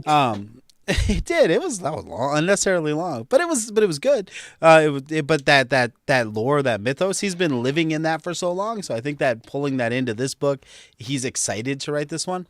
I don't know that he's excited to write the Hulk. I think he was excited about an idea of bringing the Hulk back to its horror roots. I think he was excited about an idea of going into the world of the Immortal Hulk and showing what he could do in that esoteric way. But I don't think Marvel right now really knows what the hell they're doing with their horror titles in general. I mean, Benjamin Percy on Ghost Rider. I champion that book because I love Ghost Rider. But he hasn't been writing great on Ghost Rider. like they build stuff up, and Johnny gets there, and it's over when he gets there. Like the whole thing they build up is over by the time he even gets there. So it's like he doesn't know what the hell he's doing either. So I just don't think that they really know what they're doing with their horror titles. Blade is succeeding because Blade is still an action book at at its core, and so yeah. I anyway, Green Lantern. I think it's a world he knows. It's a world he's personally excited about, and it's a theme of being a veteran that he's very excited about. Yeah, amen. Yeah, I completely agree with you about Marvel now. It just feels like I don't know what's going on there. It's like they get so close, but then they just fumble it. I don't know. Yeah, they need to pull all I know the exactly old what's titles going to on. like a Knights or Max imprint and let They people have just do whatever they want. good ideas and good books, but it's like they can never bring it together in any type of It's unified leadership. system It's that DC can. everything boils down to Cebulski, bro. Yeah, I agree with you. I'm Man. being dead. I mean, Get who rid else of are you gonna Cebulski. find? I don't know, bro. I was thinking about that. It's like you get rid of him, and it's like who do you have? But I don't know. Dude, how is not? I Axel guess Alonso. he really doesn't want it, but how has Tom Brevoort not been editor in chief at least like for some? Like at least give that guy a whirl. I mean, the number of successful titles that guy has held, I feel like he's the You know most what? If Disney knowledgeable can, and most approachable in the building. I don't know. if Disney could go from Bob to Bob, like if it doesn't work out with Tom, go back to Cebulski. But it's like at this point, No, Cebulski's had Wolfie's not it. just as long as tenure, if not longer, than Axel Alonso. And Axel Alonso, before he was EIC, was a fucking editor for some amazing runs, which Cebulski can't claim. So it's just not adding up. I really do think that Cebulski is the underlying problem. I truly believe that. No hate to him. He's a great Instagram page, and it's all selfies of food. Why are you not promoting your books, bro? Like it doesn't make no sense. I'm just saying. You're cracking me up, bro. He's fucking. Those are facts, though. That's 100% facts. Yeah, that's crazy, dude. How are you gonna have selfies of food? The writers are trying to warn us. The Eldest, the Adana, the fucking Radiant Dead, Olgan. That's all just Cebulski. They're like, there is this underlying great evil that we need to all band together to get rid of, and I don't know. It's the Galactus of comic books. The dude just hungers. He just hungers and destroys everything he touches. I'm gonna start calling him that. I like that one. Thank you, man. Oh man. Oh, all right. Pick back up where we're at. All right, yeah. Ultimate Spider-Man number 3. Apologies for the kind of old books, guys. Like I said, the cat chewed through all the internet cords and I had to cancel the show last minute, but here we are with the. This is our newest addition to the new comics. Ultimate Spider-Man number 3. You guys been enjoying this? Generally, I've been loving it. I'm just waiting for the other shoe to drop on Peter and everything to become miserable and him to lose his entire family in some awful godforsaken way, and them to rip this happiness right out from under us. But other than that, this has been great so far. How about you guys? Manny, I'll start with you. I dug it. I mean, I was a little catty, I think, on the monthly show, but I don't know. It continues to be the best Spider-Man book on shelves, and not even just by a little bit. Like it is far and away. And I don't know. Maybe that's just me projecting, and I'm like, everything else sucks. But this is just worlds better than what we're getting in ASM. So I don't know. I like it. I like the new world. I like the changes that are being made. I really love the dynamic between J. Jonah and Uncle Ben. There's just a lot here to love. There's a lot here to love. So. Oh yeah, Link, how about you, bro? Yeah, man. Yeah, I love it. I mean, it's not like groundbreaking, but it's just very good. It's very consistent. I was champion. I know some people were a little hesitant about Hickman coming on to Spider-Man because they're a little trepidatious about him having the voice for Peter, or the humor for Peter, and I was championing that by this one panel I had read in a fantastic. Oh shit, we lost it. I was championing that, and a panel that I read in a Fantastic Four comic. But I will say that I've been surprised that I think Jonathan Hickman does have a knack for Peter Parker's voice. Like the humor scenes he's executed, they don't feel corny. It feels natural, which I've been very surprised. I don't know. Anytime I think of Hickman, I think of like the architect for the Matrix, vis-a-vis guy. Yes. And that's everyone's kind of very intelligent in his books, but he's dumbed it down in Spider-Man, which I appreciate. You're back. But no, yeah, I've been enjoying it overall. I wanted to say this. We'll get to it, but the last page in this issue, I remember a few months ago when they had the teaser for this, for the one shot, the Ultimate Universe Reborn one shot, and they had the silhouettes of like 3 characters. And I remember we were trying to figure out like who it could be. Like I know we had narrowed it down to like Spider-Man and Black Panther. And I remember the third one, it looked like Green Goblin. I was like, unless they're using the movie version of like Sam Raimi's getting Green Goblin, I don't know who else could be. Maybe the Wasp.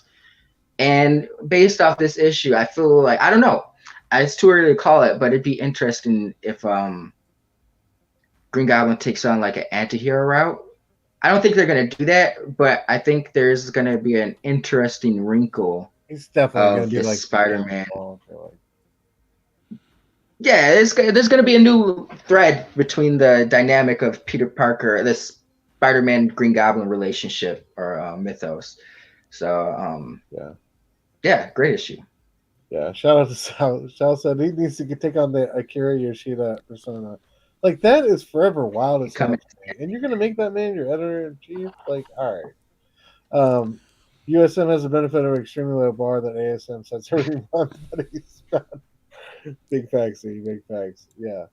But I enjoyed this one. We start out with, why he's like not ready to be Spider-Man yet by taking his daughter out. Like, I forget who said this on the monthly review, but it's so true. Like, he's not ready for all his responsibility. I think that was Chris.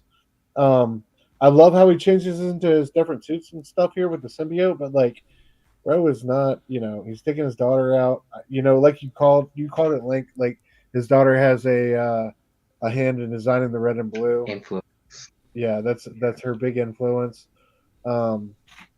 But yeah, man, I don't know. Like, those moments of joy are, for me, buttressed by feelings of like anxiety and fear over, how they're going to tear that away from me, knowing Spider-Man. Anyway, this was a cool part of the, kind of like the middle ground of the comic. I love this conversation between him and Jonah and Ben, who are trying to start their own thing. He sees their map that they got put up, but I love this situation where he talks about the Green Goblin versus Spidey, and he kind of almost overplays his hand to Jonah and Ben about how great Spidey is, and a man of the people, a real man of the people, I think he calls him, or whatever. And Jonah and Ben are just like, what? Why do you have such strong feelings on this? Yeah, he's like, I'm a different opinion. I love that. I love that scene. Yeah, but so they agree to share a little information with Peter about what's going on. And of course, he's going to take that and use it to perform a stakeout and try to catch the Green Goblin in the act. That was my favorite. The whole issue was which one? The spider hammock. Yeah, the spider hammock was super dope. Yeah. Then he tried to build like a spider tent to no avail, like to protect him from the rain. The rain really got him down. He was ready to give up after that, but like luckily. He heard some noise and he turned around and there he found Green Goblin and our ultimate Bullseye, which Manny, you were cracking up. You're like, I like how they gave Gambit some love. Like they really looked up.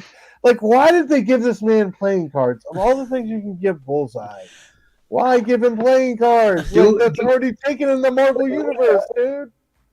There's one guy. I mean, I know this is who throws playing cards in the Marvel universe. Like, why They That's won't do Bullseye. it, but Like, do you I think agree it with could Manny on be that one. Remy that's Bullseye though?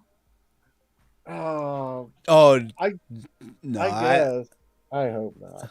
I I don't know. I just playing cards just I don't seem think like no. No, the playing cards, my problem with them was just that they didn't hold any like significance really. So it was just playing card. Like Bullseye's thing is turning anything into a weapon, right? So like he uses playing cards. That's like not something he doesn't use, but like it's his first appearance in this, and there's like nothing else that could have been used. paper clips. You know, yeah, paper clips, darts, teeth, spitting out his own teeth, you know, stuff like that. Just something, you know. But nah, just playing cards, just playing. I mean, but it worked. His appearance, he looked cool. He looked damn cool. You know, He did. He looked amazing. Checcetto's art on this book was like some of his best yet. I think definitely. John in the house. John, what It did. up? Station, bro. It did John Station. take me aback. Two Johns that they have. So in Black Panther, he's usually got the setup of Green Goblin and Bullseye with no mouthpiece, but now he's got a mouthpiece. But these dudes, well, even Sam Raimi's Green Goblin had like an artificial mouthpiece, like Power Ranger style. These guys have both no mouthpieces, which I find interesting. I don't know that I don't mind the helmet on Bullseye, but I kind of was like, really? Is everyone gonna rock like a similar no mouth piece? I don't know. I love his look, man, and I love the shot here with like the shot from Green Goblin moving past him or whatever. I thought he looked great. Not taking away from that. I'm just saying it was interesting. Originally, I thought that Bullseye was just going to be like a classification of like bad guys that the maker uses. You know what I mean? Like, because his eyes were glowing, I was like, is he some sort of robot? Like what is it? But then when he starts talking and starts taunting, the Green Goblin, that's when it's like, oh, okay, so no, this is Bullseye then, and this is, yeah, he's a ninja. He's a ninja now with his playing cards. See, all right, the only reason I'm trying to like. I don't think it's Gambit, but I don't know. There could be some behind it. It's like Storm in this universe is dating Killmonger. The Green Goblin of this universe isn't Norman. It's Harry, So there could be nobody in the Armor. But Armor's a character created back in like 2007, 8 or something, or 6, 5. But around there, maybe it was 2004. Around there, but still, she's a new character, but she's like the main character of the X-Men. No classic X-Men is like in the Ultimate X-Men book, So that's why I'm like trying to like maybe there's something to it. Work. I can see it working as long as it's like honestly though, this is a lazy way to introduce it as Gambit, but like at the same time, like I feel like done right, like. It could work for me.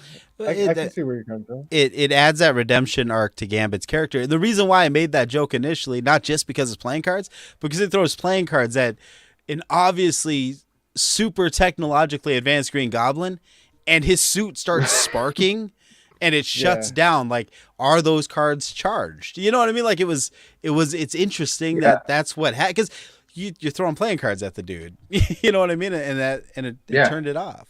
So that's kind of where the joke got its origin when I was reading it. But yeah, it would work as an intro for Gambit, especially like I said, if these Bullseye suits aren't are just suits. Like the ability of being able to hit any target is tied into that suit. So if Remy gives up the suit to be Gambit, someone else can take the place of Bullseye, and he has that foil, that enemy that he has to face in his story arc. That'd be cool. I love the look of the Bullseye suit. The Green Goblin suit I loved until this issue, because there's a lot of times where it looks like dude's got a beak. Like it legitimately he looks like a bird, dude. It does. It is very it is very bird like sometimes. I completely agree with you. I see where you're going from. But yeah, man, I don't know. I love Bullseye so much, and I love Bullseye in the the Netflix series. You know what I mean? I don't know how I feel about like a Bullseye suit being a thing, but we'll see where it goes. But yeah, regardless, like you said, he pieces Green Goblin up with the cards. He's shocked into um, stasis pretty much or whatever, but he doesn't realize it's a trap. He's about to, walk up and finish off Green Goblin, and then Spidey knocks him out. I thought it was curious here what he said to Spidey, and when he was leaving, everything in its place where it needs to be. Obviously, like repeating some traumatic, he's got some trauma going on, and with what's going on and how he's dealing with it. I do what needs to be done every night type deal. I love the scene with him hacking Peter's suit. That was super cool. Yeah. And kind of revealing Peter and they I love this the back and forth and then those two apart and then it's the world's a crazy place. How about we have a drink and they agree to have a drink together. So I don't know. Interesting into to number 3. I think this will ultimately be Petey's downfall. But what do you guys think? You think this is a good move? Going to have a drink with Green Goblin? I do not. Yeah, not much choice. I mean, yeah, true. He done revealed his identity at this point. he at this point they've had the same goals. Harry's he's been a little bit more violent than Peter, but he's going after bad guys. Peter might approach it from the aspect like he's a little bit more intense than I am, but his heart's in the right place. So yeah, let me kind of reach out to this guy. I know no one else that's in the same position as me right now. I need to bond with someone over that. Sure. Clearly the dude's, he's on the level if he was able to engage Parker's suit with the code. He's someone. So it doesn't hurt to take a chance. But I think this is that interesting wrinkle. Because they could easily be friends, but they get close, and that's where Peter fucks up. It's like, so instead of it being like a Gwen Stacy thing, like we've got Harry going. If he does go crazy, we've got him hanging Peter's son and daughter or Mary Jane off the bridge, and it could lead to some interesting. And that would be even probably more emotional since it's Peter's family, and he invited this guy into his life. So, it could go some interesting places with this new little dynamic they've introduced with Peter and Harry. You're triggering me with all that, like, Green Goblin grabbing somebody he loves by the neckline and dangling over a bridge. Good lord. Yeah, Manny, how about you, bro? I think he's a good guy. I think he's a good guy. I think Iron Man made him good because when he disables the suit, he goes, some would call it proprietary. Which makes me believe that the Green Goblin suit is also Stark Tech, and just like Peter's suit. That's why he's able to speak to it. So this Harry and Peter both have very parallel storylines. Norman died on H Day. So did Aunt May on H Day. I think that the death of Harry could easily be a catalyst for Peter to want to be a better hero. Because Peter's fucking around right now. He's swinging around the town. He's laying in hammocks, and Harry is about that mission. You know what I mean? And the idea that he's not taking this great power with the responsibility that is due it. He's not doing what Tony didn't give him this power so he could have fun with it. He gave him this power so he could stop the Maker and make this world right. And Peter's not doing that. Peter's having fun. So I don't know. I think you could very easily see. I could very easily see this not being misdirection and Harry being a good guy. Good call, man. I love that perspective. Oh yeah. You know what? I assumed that too.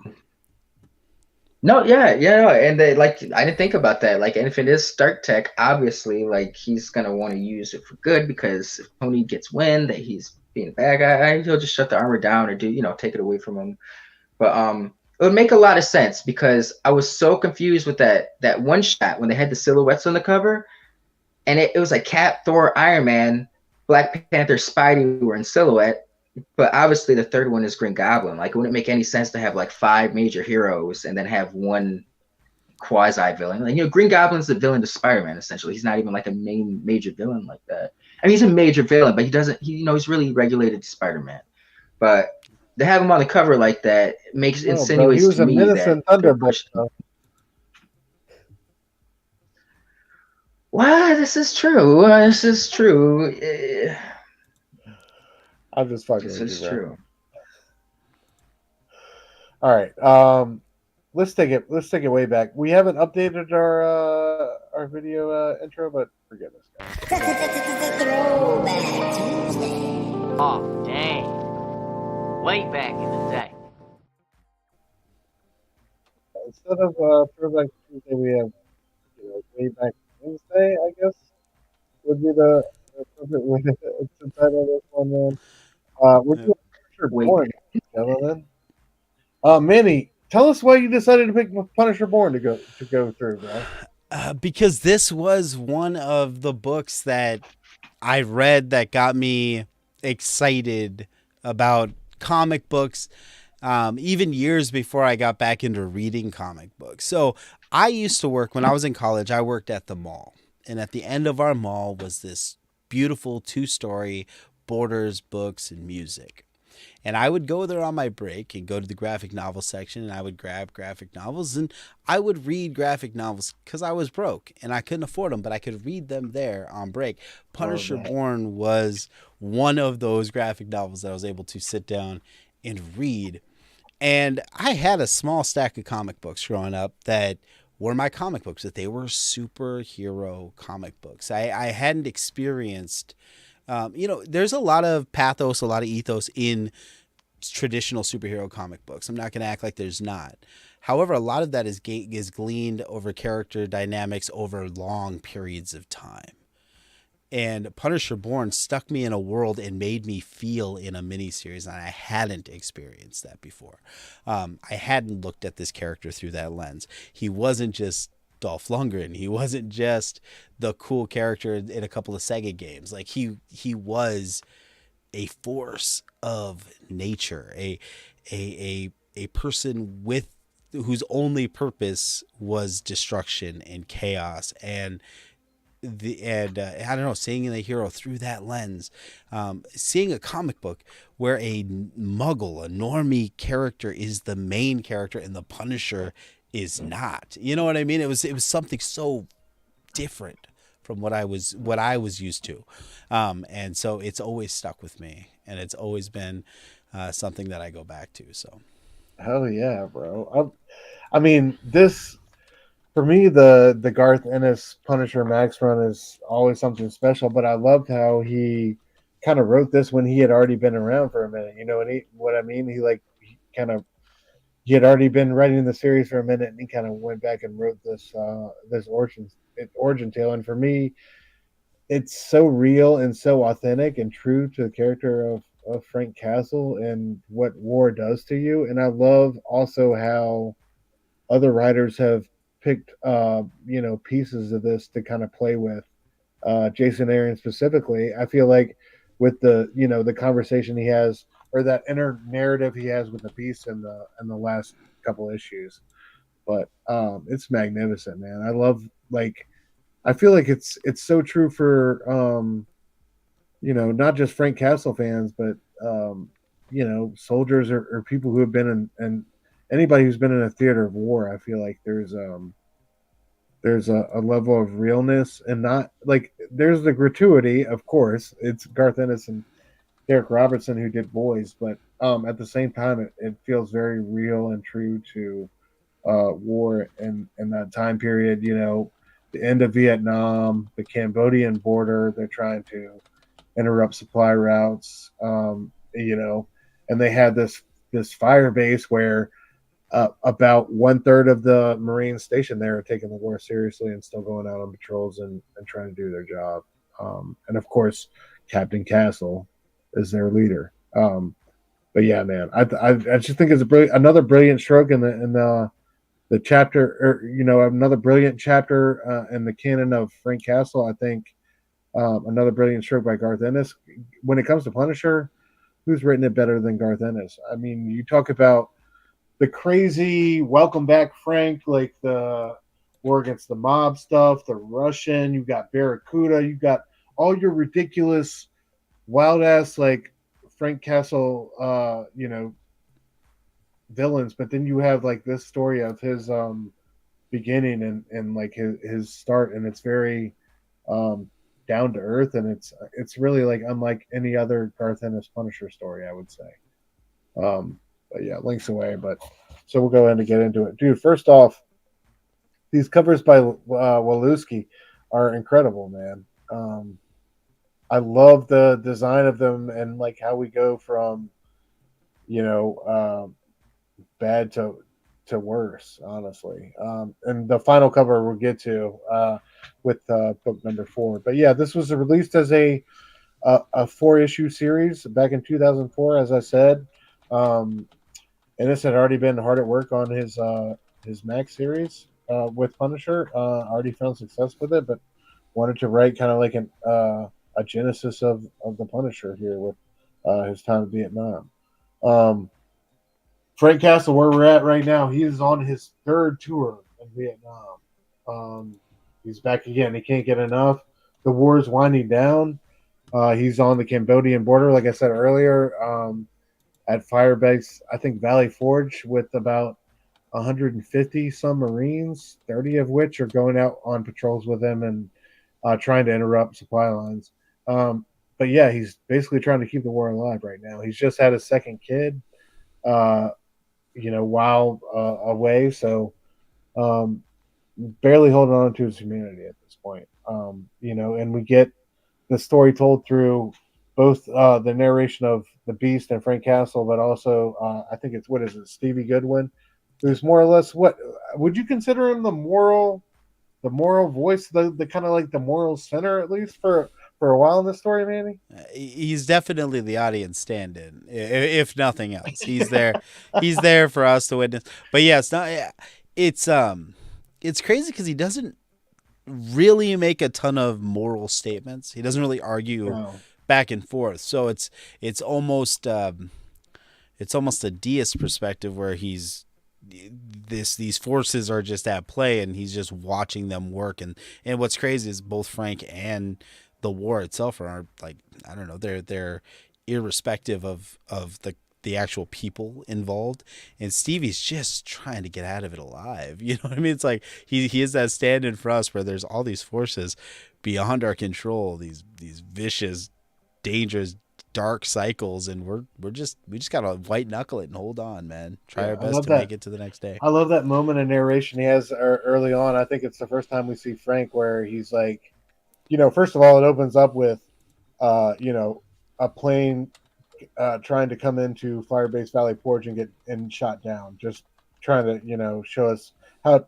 treacherous the conditions are coming in and going out of this base that they've established basically on the border of Cambodia. I think it's about 7 miles in, with the Vietnam War winding down. So they're these Marines are facing not only the Viet Cong forces and the enemy at large in the jungle, but also their own lack of like support and leadership from the top on down, from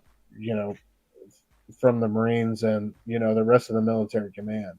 You can tell they've really given up on this place, and a lot of these guys know it. Anyway, speaking of Stevie, we get his narration early on, and I will not fall in love with the war like Captain Castle. And there we meet Captain Castle leading these group of Marines on a defensive / offensive patrol, where they run into a supply line and they just blow it all to hell, man. This is where you get that good old like Garth Ennis, Derek Robertson boys, just gruesomeness, man. They never failed to deliver on that throughout, and I feel like they really. Not Steve McNiven, not Steve Dillon, not like so many of these other great Garth Ennis Punisher artist, I feel like they really got it right with Eric Robertson for this one. I feel like the way he depicts Frank throughout the stages of this trial and journey he goes through in Vietnam is just like great. I feel like I don't know. How did you feel about it, Manny? Did you feel like it was? How did you feel about the artwork? Because I know some people are hit and miss on Steve Dillon's artwork and a lot of Ennis collaborators sometimes. Did you enjoy this? Oh yeah. No, the quality that's brought to the amount of jaggy, gritty line work that the fourth issue where there's I think it's the fourth issue when there's all the rain and just the slaughter. Like it's what's crazy is as many lines as are put in there, as gritty as it is, as textured as it is, you never lose the narrative at all. You never struggle to find out what's going on. It could easily just be chaos and explosions, and it's not. Every moment from of humans killing other humans in that issue, it never ever loses the impact. It's so freaking good, man. The artwork is spectacular. Is spectacular. Yeah, absolutely. Like, how about you, bro? Did you enjoy Derek Robertson's artwork on this, or I don't know if you're? I know you're familiar with Ennis's Punisher run, but did you enjoy his particular take on this? The story. I mean, I think fits into what Ennis's. I don't know if this is his first Punisher story, but I think it fits into the canon of what he's written for his Punisher Max series. It feels like it's in that world. I've never been the biggest Derek Robertson fan, but I think he serves the story justice. People like him, Yeah. Trevor Harrison, I've never been like the biggest fan of like scratchy. And it's not even scratchy, just I guess thick lines. But it's fitting for the story, but they have never really gravitated towards that style. But it serves the purpose of what it's trying to do.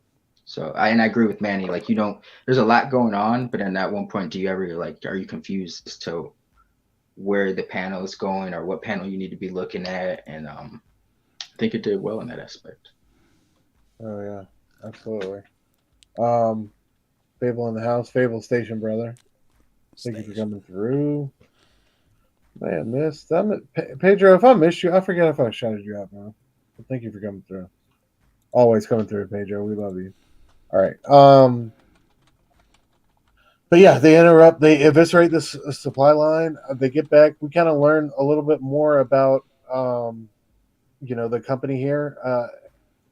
And Frank gets in charge of kind of giving this sergeant a tour of her colonel or general, whatever, a tour of the fire base and convincing him that it needs to stay open. Of course, that does not go how it should. And we get our first indication that Frank is willing to take this like wherever it needs to go to serve his ends. He covers up this danger sniper at work from dusk till dawn, or from dawn to dusk sign, and lets the general walk up on the ridge and get his head blown off, basically. Um, and all the other Marines are like, God, what kind of what kind of colonel or general is he if he gets his head blown off like that? But yeah, Frank saves his war for a few more days. We learned that Stevie is trying to keep his homeboy off the heroin. Really, it's a losing battle, but he's doing his best. Like I said earlier, like Frank Castle has been able to commandeer or gather about 30 Marines out of 150 or so from the space to go on patrols with him, like the ones who care. It's put more or less, I'm paraphrasing there, but the ones who still give a damn go out with Castle on these patrols. They go out on another one. I love this. They get ambushed. We get our first give me the 60. Well, not the first give me the 60. If you go back to, and this is earlier Punish writing, I think he had a scene where he kind of there was a bunch of monsters holed up in one spot, and he he did something to draw them all out, and when they all came out of the building, he was waiting there with them with the 60 cal, which is, uh, you know, high caliber machine gun, and kind of tore them all apart. I think that's a reference to this, but yeah, give me the 60. We get our first instance that we're going to hear when they're getting ambushed from snipers in the trees.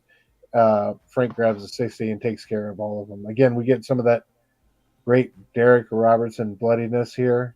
And then we get like one of our first really real scenes, a rape scene. One of the soldiers in Castle's platoon, they are able to capture a female Viet Cong prisoner before she takes her own life. Homeboy's about to rape her, and Castle comes up and shoots her in the head. And then what I love about, this is the first inkling that he might be the Punisher. This guy is, later after, he attempted rape on this chick, he comes down by the riverside to get a drink of water and wash his face. Castle puts a boot to the back of his neck and basically drowns him right there. And Stevie, of course, is watching as our narrator from across the river. But I love this scene. Stevie later asked him why he did this, and he said because I felt he needed to be punished. But what did you guys think about this scene? Because it's hardcore. It's a whole lot of one hardcore scene after another. Frank grabs a 60, takes out a bunch of dudes, hardcore style. Then there's the rape scene and Frank stopping it and killing this. How did y'all feel? Link, how did you feel about this, bro? This is towards the end of issue 1 too. I thought it did a great job at letting the reader know that what type of man Frank is. In a few short scenes, you see that he's this hard-boiled, gritty, guns blazing, go for it all gunsman or soldier. But then you see, for someone who enjoys the bloodlust, he's got a code of ethics and morals, with the whole, we didn't come here to, assault people, we came here to do a job, and, to the point where he doesn't, scum is scum to him. You cross the line, even if you're on my team, you're scum, you're going to meet the same end that my enemies will. So I think did a great job at encompassing Frank's character in such a short scenes. Oh yeah, absolutely. Manny, how about you, brother?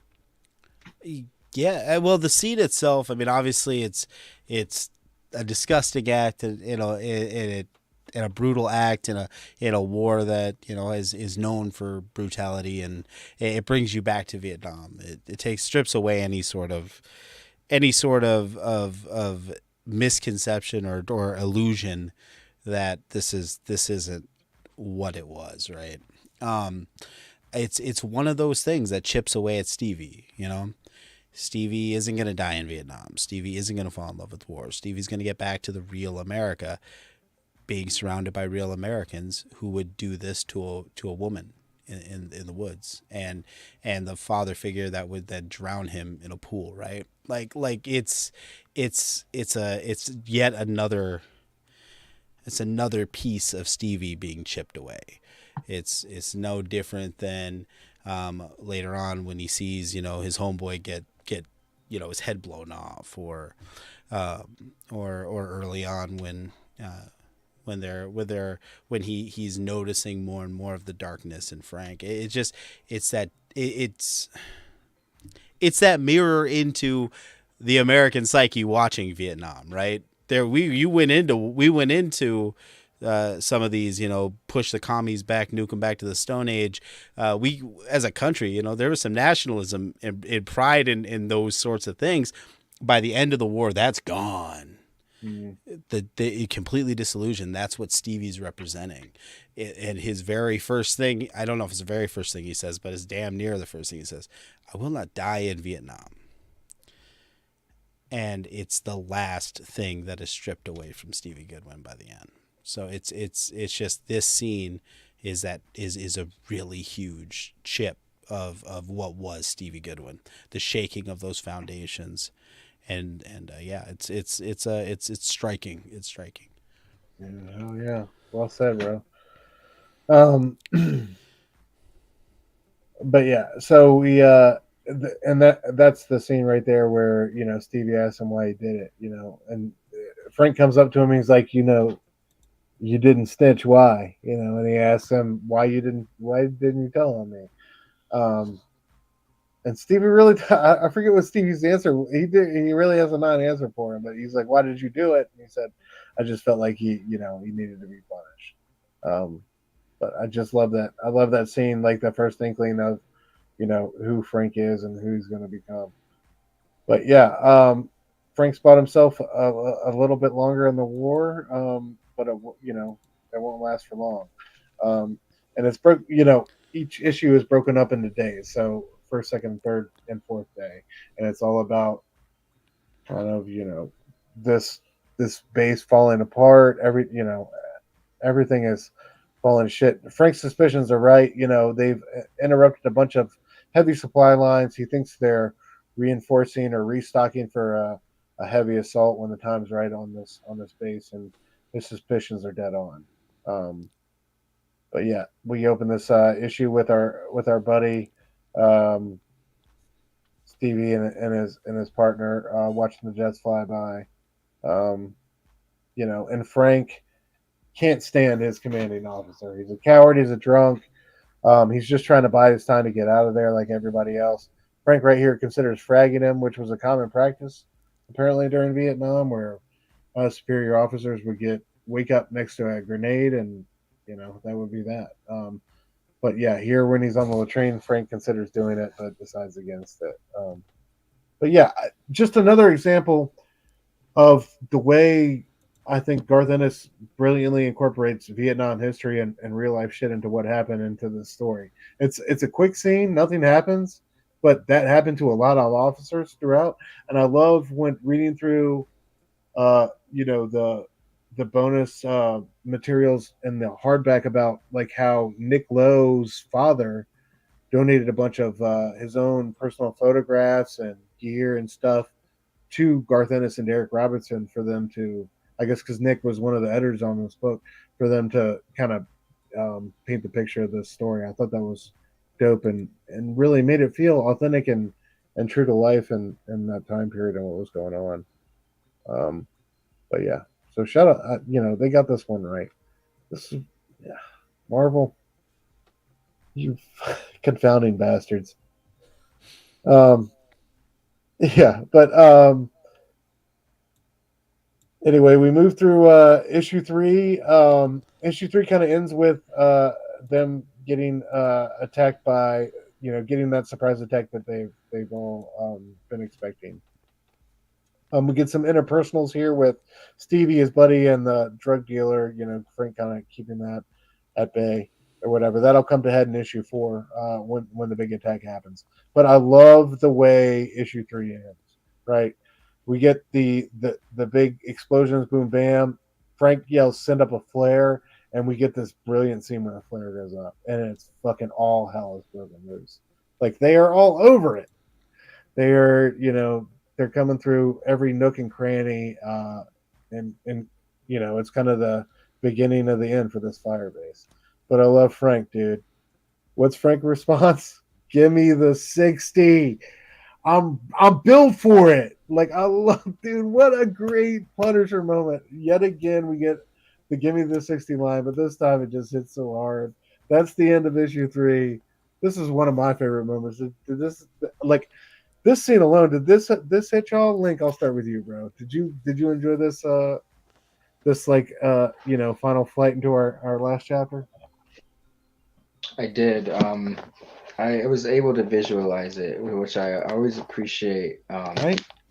When a panel comic, I'll be able to like kind of play out in my head how it's supposed to.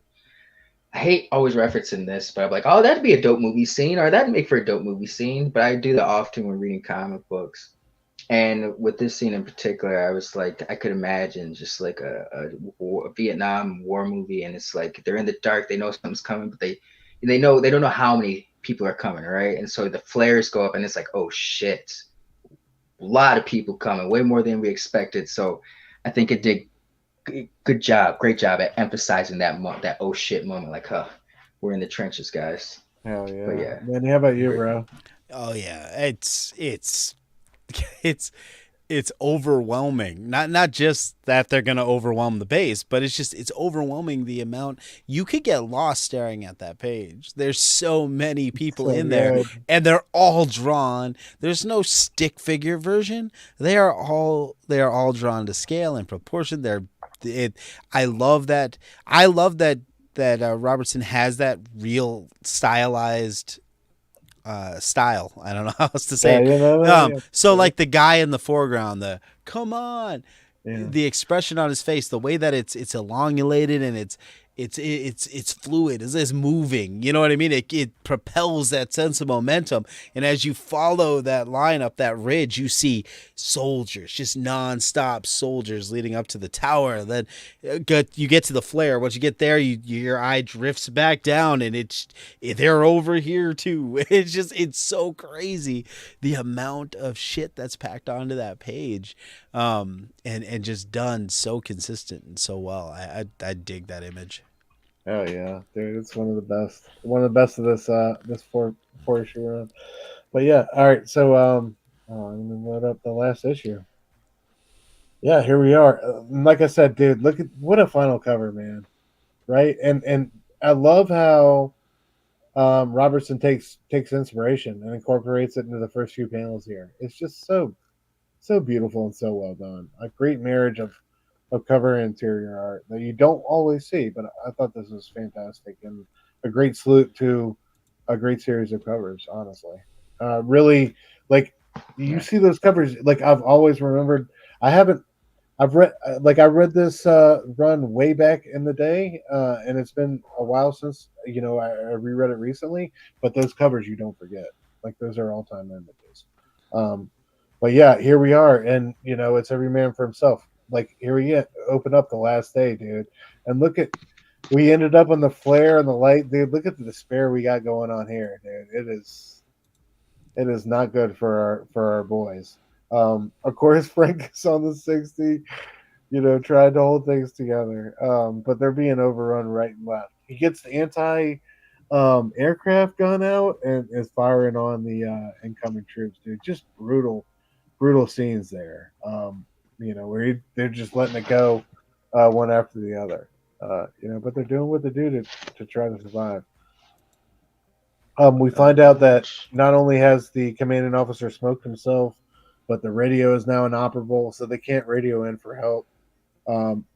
Whatever's been transmitted so far is what it is, and hopefully some help arrives. Air Force comes through, starts dropping bombs. Our boy Stevie and Frank are the last two together, kind of not the last two, but those are the two. They're together now, and they're driving this final chapter of the story, right? I love that scene with Stevie getting the bombs dropped on him or whatever. Frank tells him to pop smoke. Dude, this was another one of my favorite moments in the comic. Stevie dying and him kind of getting thrown into this like plane, this party plane, on the way to heaven. Did you guys enjoy this? Like Stevie's death. It took me a minute, but I really I was like, how the hell did you just get thrown on a passenger plane when I first read this? But going back through it, Link, did you enjoy this? No, yeah, that's probably my favorite panel of the series, just because that had been something the character had been like reiterating. It's maybe said in the first book. I think he said it throughout the book, but I'm gonna get out of here. I'm gonna plan to go back home. I'm gonna have a bunch of beautiful stewardess welcoming me, telling me what a great job what a hero I am. And the when I was looking at this scene, I was just like, oh, bro. Like I didn't want it to be true, but I knew that's what the transition was. I was like, my man's didn't make it, bro. This is, his brain giving him some good memories before the lights goes out. Yeah, but I thought it was a cool transition of him just being lifted and put in the plane, and it was brief but very effective. Good callback to what he had, or I guess it was a good execution, good callback to what he had been kind of stating throughout the rest of the series. Yeah, Or the well earlier said, issues. bro. Well said. Oh yeah. How about you, Manny? Did you enjoy this one? Or our boys, final goodbye, I guess. Yeah, yeah, the what do you want to say? The pattern interrupt of it all is well done, because you almost want them to end it there. Then you know what I mean. We understand what happened. We don't need to see the aftermath. We don't need to see the next few pages. That pattern interrupt stops you dead in your tracks, and you see it, and you're like, okay, he's gone, he's out. But then it keeps going. Like, the war doesn't end just because innocence was lost. The war doesn't end just because Stevie Goodwin died. The battle continues, and we just keeps going. Keeps going. Yeah. Fable said some Jacob Ladder stuff. Hell yeah, bro. Shout out to Fable. Steady repping for Jacob's Ladder, bro. If anybody is, my boy Fable is. I love and Frank's just going at it, dude. It's every man for himself now, right? I love this scene right here where he's stabbing, and this is when the voice of the beast creeps in. All is lost. He's been like, I think the beast tells him, "What, you've been shot 5-6 times, buddy. Listen, I'm gonna give you everything you want. You just I'm gonna make you the killer of killers, but I gotta hear you say it. You gotta say it out loud." And I love this moment of yes with him, in the way that Robertson portrays that. As he's gun button and bayonet and all these soldiers around him. But yeah, so he gets ostensibly the power of the beast, and the relief arrives the next morning, and all they find is Frank standing amongst 500 some dead corpses. I love the look that Robertson gives him right here, dude. Totally just burnt out, totally psychotic. I love the red eyes, just how his arms all shot up. It's just such a brilliant ending to this character in this story. And this to me was really the best part of the story. The beast narration was kind of whatever, but I love this part at the end where he's all dressed up in his Marine blues and he goes to meet his family. You remember I mentioned there'd be a price, and then we get this shot of his family in front of the Punisher's skull. Dude, brutal. And then not only that, but the way he almost accepts it. He has a moment of shock, but then how he hugs his wife, and she's like, "Is everything all right?" or whatever, and he just says, "Hang on tight." He almost has no control over the situation. He's kind of given himself to something he doesn't entirely understand, but he almost looks kind of happy / sad. I don't know, the way he looked, he goes from being shocked to the look he has on his face when he hugs his wife. To me, was just so discomforting and such a brilliant end to this. I love that. I love the little scene at the airport, and I thought it was completely necessary to bring this story all together. Manny, I'll start with you, bro. Did you like the ending of this after we got he gave himself to the beast and killed all those guys and got out of that situation? Yeah. Well, I think the ending itself is strong. It speaks to what we already know is the Punisher and the character of the Punisher. Right. This ending hits so much harder after reading the Jason Aaron stuff years later, right? Because this last Punisher run is the exact same type of story on the home front.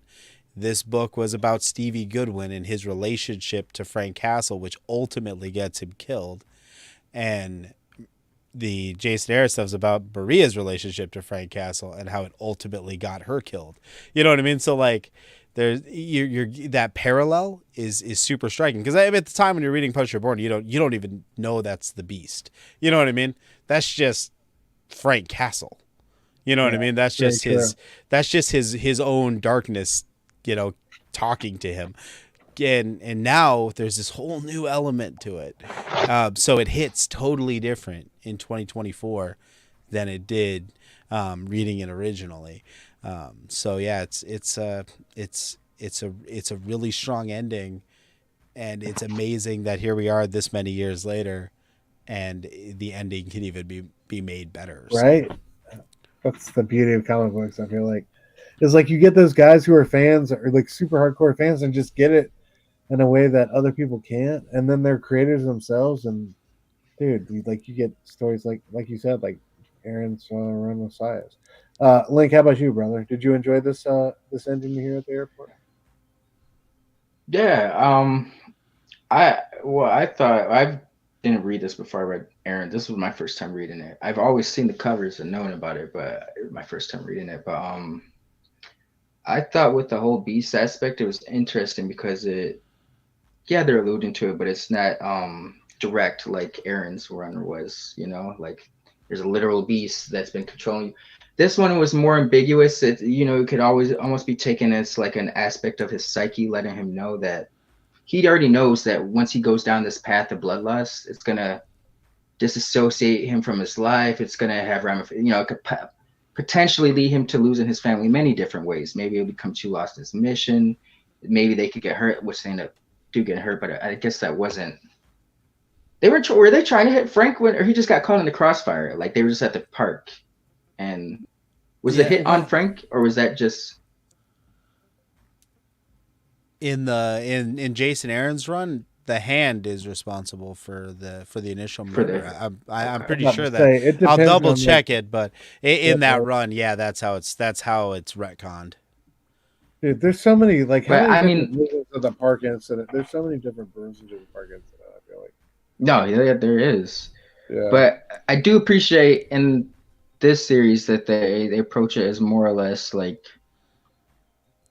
he's like almost talking to himself. Like he knows that there will be a price to pay for giving into this. And it's kind of in the book. It was kind of alluding that he's always kind of been addicted to the blood, but he was kind of keeping that at bay. But the Nam stuff is kind of what he gave into it. And once he has that taste, he can't really, he can't quit it. And he kind of part of him knows that there's going to be consequences for falling down this path. And so I like that. It's like it's not you yet. Now that we know the Jason Aaron stuff, it could be applied directly to this dark beast. But if you're not aware of the Aaron stuff, it could still be taken as like it's his psyche or him speaking to a part of himself. Like he knows that it's going to be major consequences for going to Stark. So I thought it was funny. I enjoyed it. Yeah. Well, I think Garth Ennis gives you a Frank that's, the word Stevie uses, like he fell in love with war. Like it was Vietnam that made Frank the Punisher. Aaron is saying no, it's the sum of a life of choices that made him the Punisher. He was the Punisher before he got to Nam. Like that's the I think the key thing that Aaron added to the mythos was that, yes, the beast is asking him, propelling him, wanting him, but at the end of the day, Frank Castle did this. You know what I mean? There are moments in the Aaron run where he's happy with Maria, where they maybe could have been a family, and maybe the beast wouldn't have gotten their claws into him, but it doesn't play out that way because Frank is Frank, and Frank, this is who he is, and he's a leopard that can't change his spots. Yeah, man. Everything, like I feel like he tells you everything you need to know when like who does 3 tours in Vietnam? You know what I mean? Like and leaves a second newborn behind. Like bro is already just so far gone. I just love. I don't know, and I feel like that's so relevant, like in the sense of like Hurt Locker and those those type of guys who did multiple tours in Iraq and Afghanistan, just not knowing anything else but war, and that was what they were most comfortable with. It's just that's wild. Well, and he killed every one of those guys under his command. Right? It's not even just that he heroically killed a bunch of Viet Cong, depending on which where you want to draw the line of heroism, because he's the protagonist. He killed his men. They could have went home. That general could have closed the base. Frank is 100% responsible for what happened at Fire Base Valley Forge or whatever it's called. He's 100% responsible for this. sure, dude. I love. It's so creepy that like quote like the narration or whatever at the end of that first issue is like, "Good for you, Frank. You earned your war another week" or something like that. It's like, dude, Yeah. what are you doing, man? It's just like, I don't know. I love that sense of impending dread, and then find out like the final realization in the story. So great pick, man. Anything else y'all want to say about this one before we get to the PCB schedule and get the hell out of here? I appreciate y'all hanging with me. I know it's been a long one. All right, I enjoyed that. It was I think it's a quintessential Punisher book. It really Gets you is. into the mindset of Frank. Yeah, I feel like, especially for really knowing like where he comes from and why he does the things he does, it doesn't get any better than that one. So, PCP, yeah, Link, talk to us about y'all are doing. You and Fable got this generation. Are y'all doing the show breakdown or what's going on with this? With Geeks Unleashed on all your podcast Covered channels. the old '90s made-for-TV Generation X movie with Mark and Jasmine over on Geeks Unleashed. It was interesting. Yeah, we just watched, gave a review of the movie. It was interesting. Oh yeah. Of course, Robbie, our fearless leader. Just you guys, Manny, great show on Monday night, bro. I appreciate y'all watching that, so we didn't have to. That was. No. I just enjoyed the review. Like, if ever there was a movie to watch or a review should have watched where I have no intention of watching the movie and feel so glad doing so, that was it, dude. Y'all, that was so much fun. Yeah. I enjoyed myself. That was amazing. Robbie, of course, doing Image in the '90s. Y'all check him out with his top-down flip throughs. Nick got his first creator conversation up with Barry McLean, and also doing all his usual stuff. Comic Book Day Hall, Nick at Night, FOC Cutoff. Verno tomorrow night has The Omen. I don't know who's Verno doing that with, but yeah, that's debuting Thursday, tomorrow night, 9 o'clock Eastern, 8 o'clock Central. Blood Spider Cheddar on YouTube. Y'all make sure you check Burn out. Blame Fable and his amazing friends returns. I can't wait, man. This Friday, 9 o'clock Eastern, with the Cantonese Comic Kid as a guest. Manny, I didn't get any thumbnails from you, bro. What do you want to plug? Go ahead and plug away, bro. Yeah, I didn't know what I was doing this week. So I've got a video dropping just after this show here. I'll make it live, but I did the Crushing Weight of Legacy. I'm talking about Batman Dark Age issue #1, some Mark Russell and all that goodness. So yeah, I'm excited for this one. But yeah, after that I've got to make I guess the algorithm's telling me I got to make more Darkwing Duck content, so I'll be I'll probably make a Quackerjack video. It's crazy. It's crazy. I don't know, like I'm not mad at that though. Well, like it's so weird. Like 90% of my views come from people searching for like cartoons from the 90s. Yeah, I remember you talking about the Disney one. Like Yeah. you did the Disney review in the car like haphazard, and it's your highest viewed one or whatever. It legitimately gets like 1,500 views every month. Like that thing's just like it just constantly is getting views. So like people are like, hey, I really want to watch Recess. I want to watch a show about like Recess. So they search it. That's like one of my top search things. It's like, how do you get from Disney's Recess to me saying the F word every 3 seconds talking about some comic book with some like weird esoteric stoner philosophy. But yeah, that's what I do. So if y'all watch this on the rewind, you don't know who Nerdtastic News is. I approach books with a stoner philosophical brain. So if you want to hear me ramble about books, that's what I do. That's what I do. Man, stoner ain't the half of it, bro. You be intellectual to the utmost, man. It's crazy. Y'all go check Manny out at Nerdtastic News. He's like honestly killing it. Whether it's not just comic books, dude. It's like the animated shows from our childhood,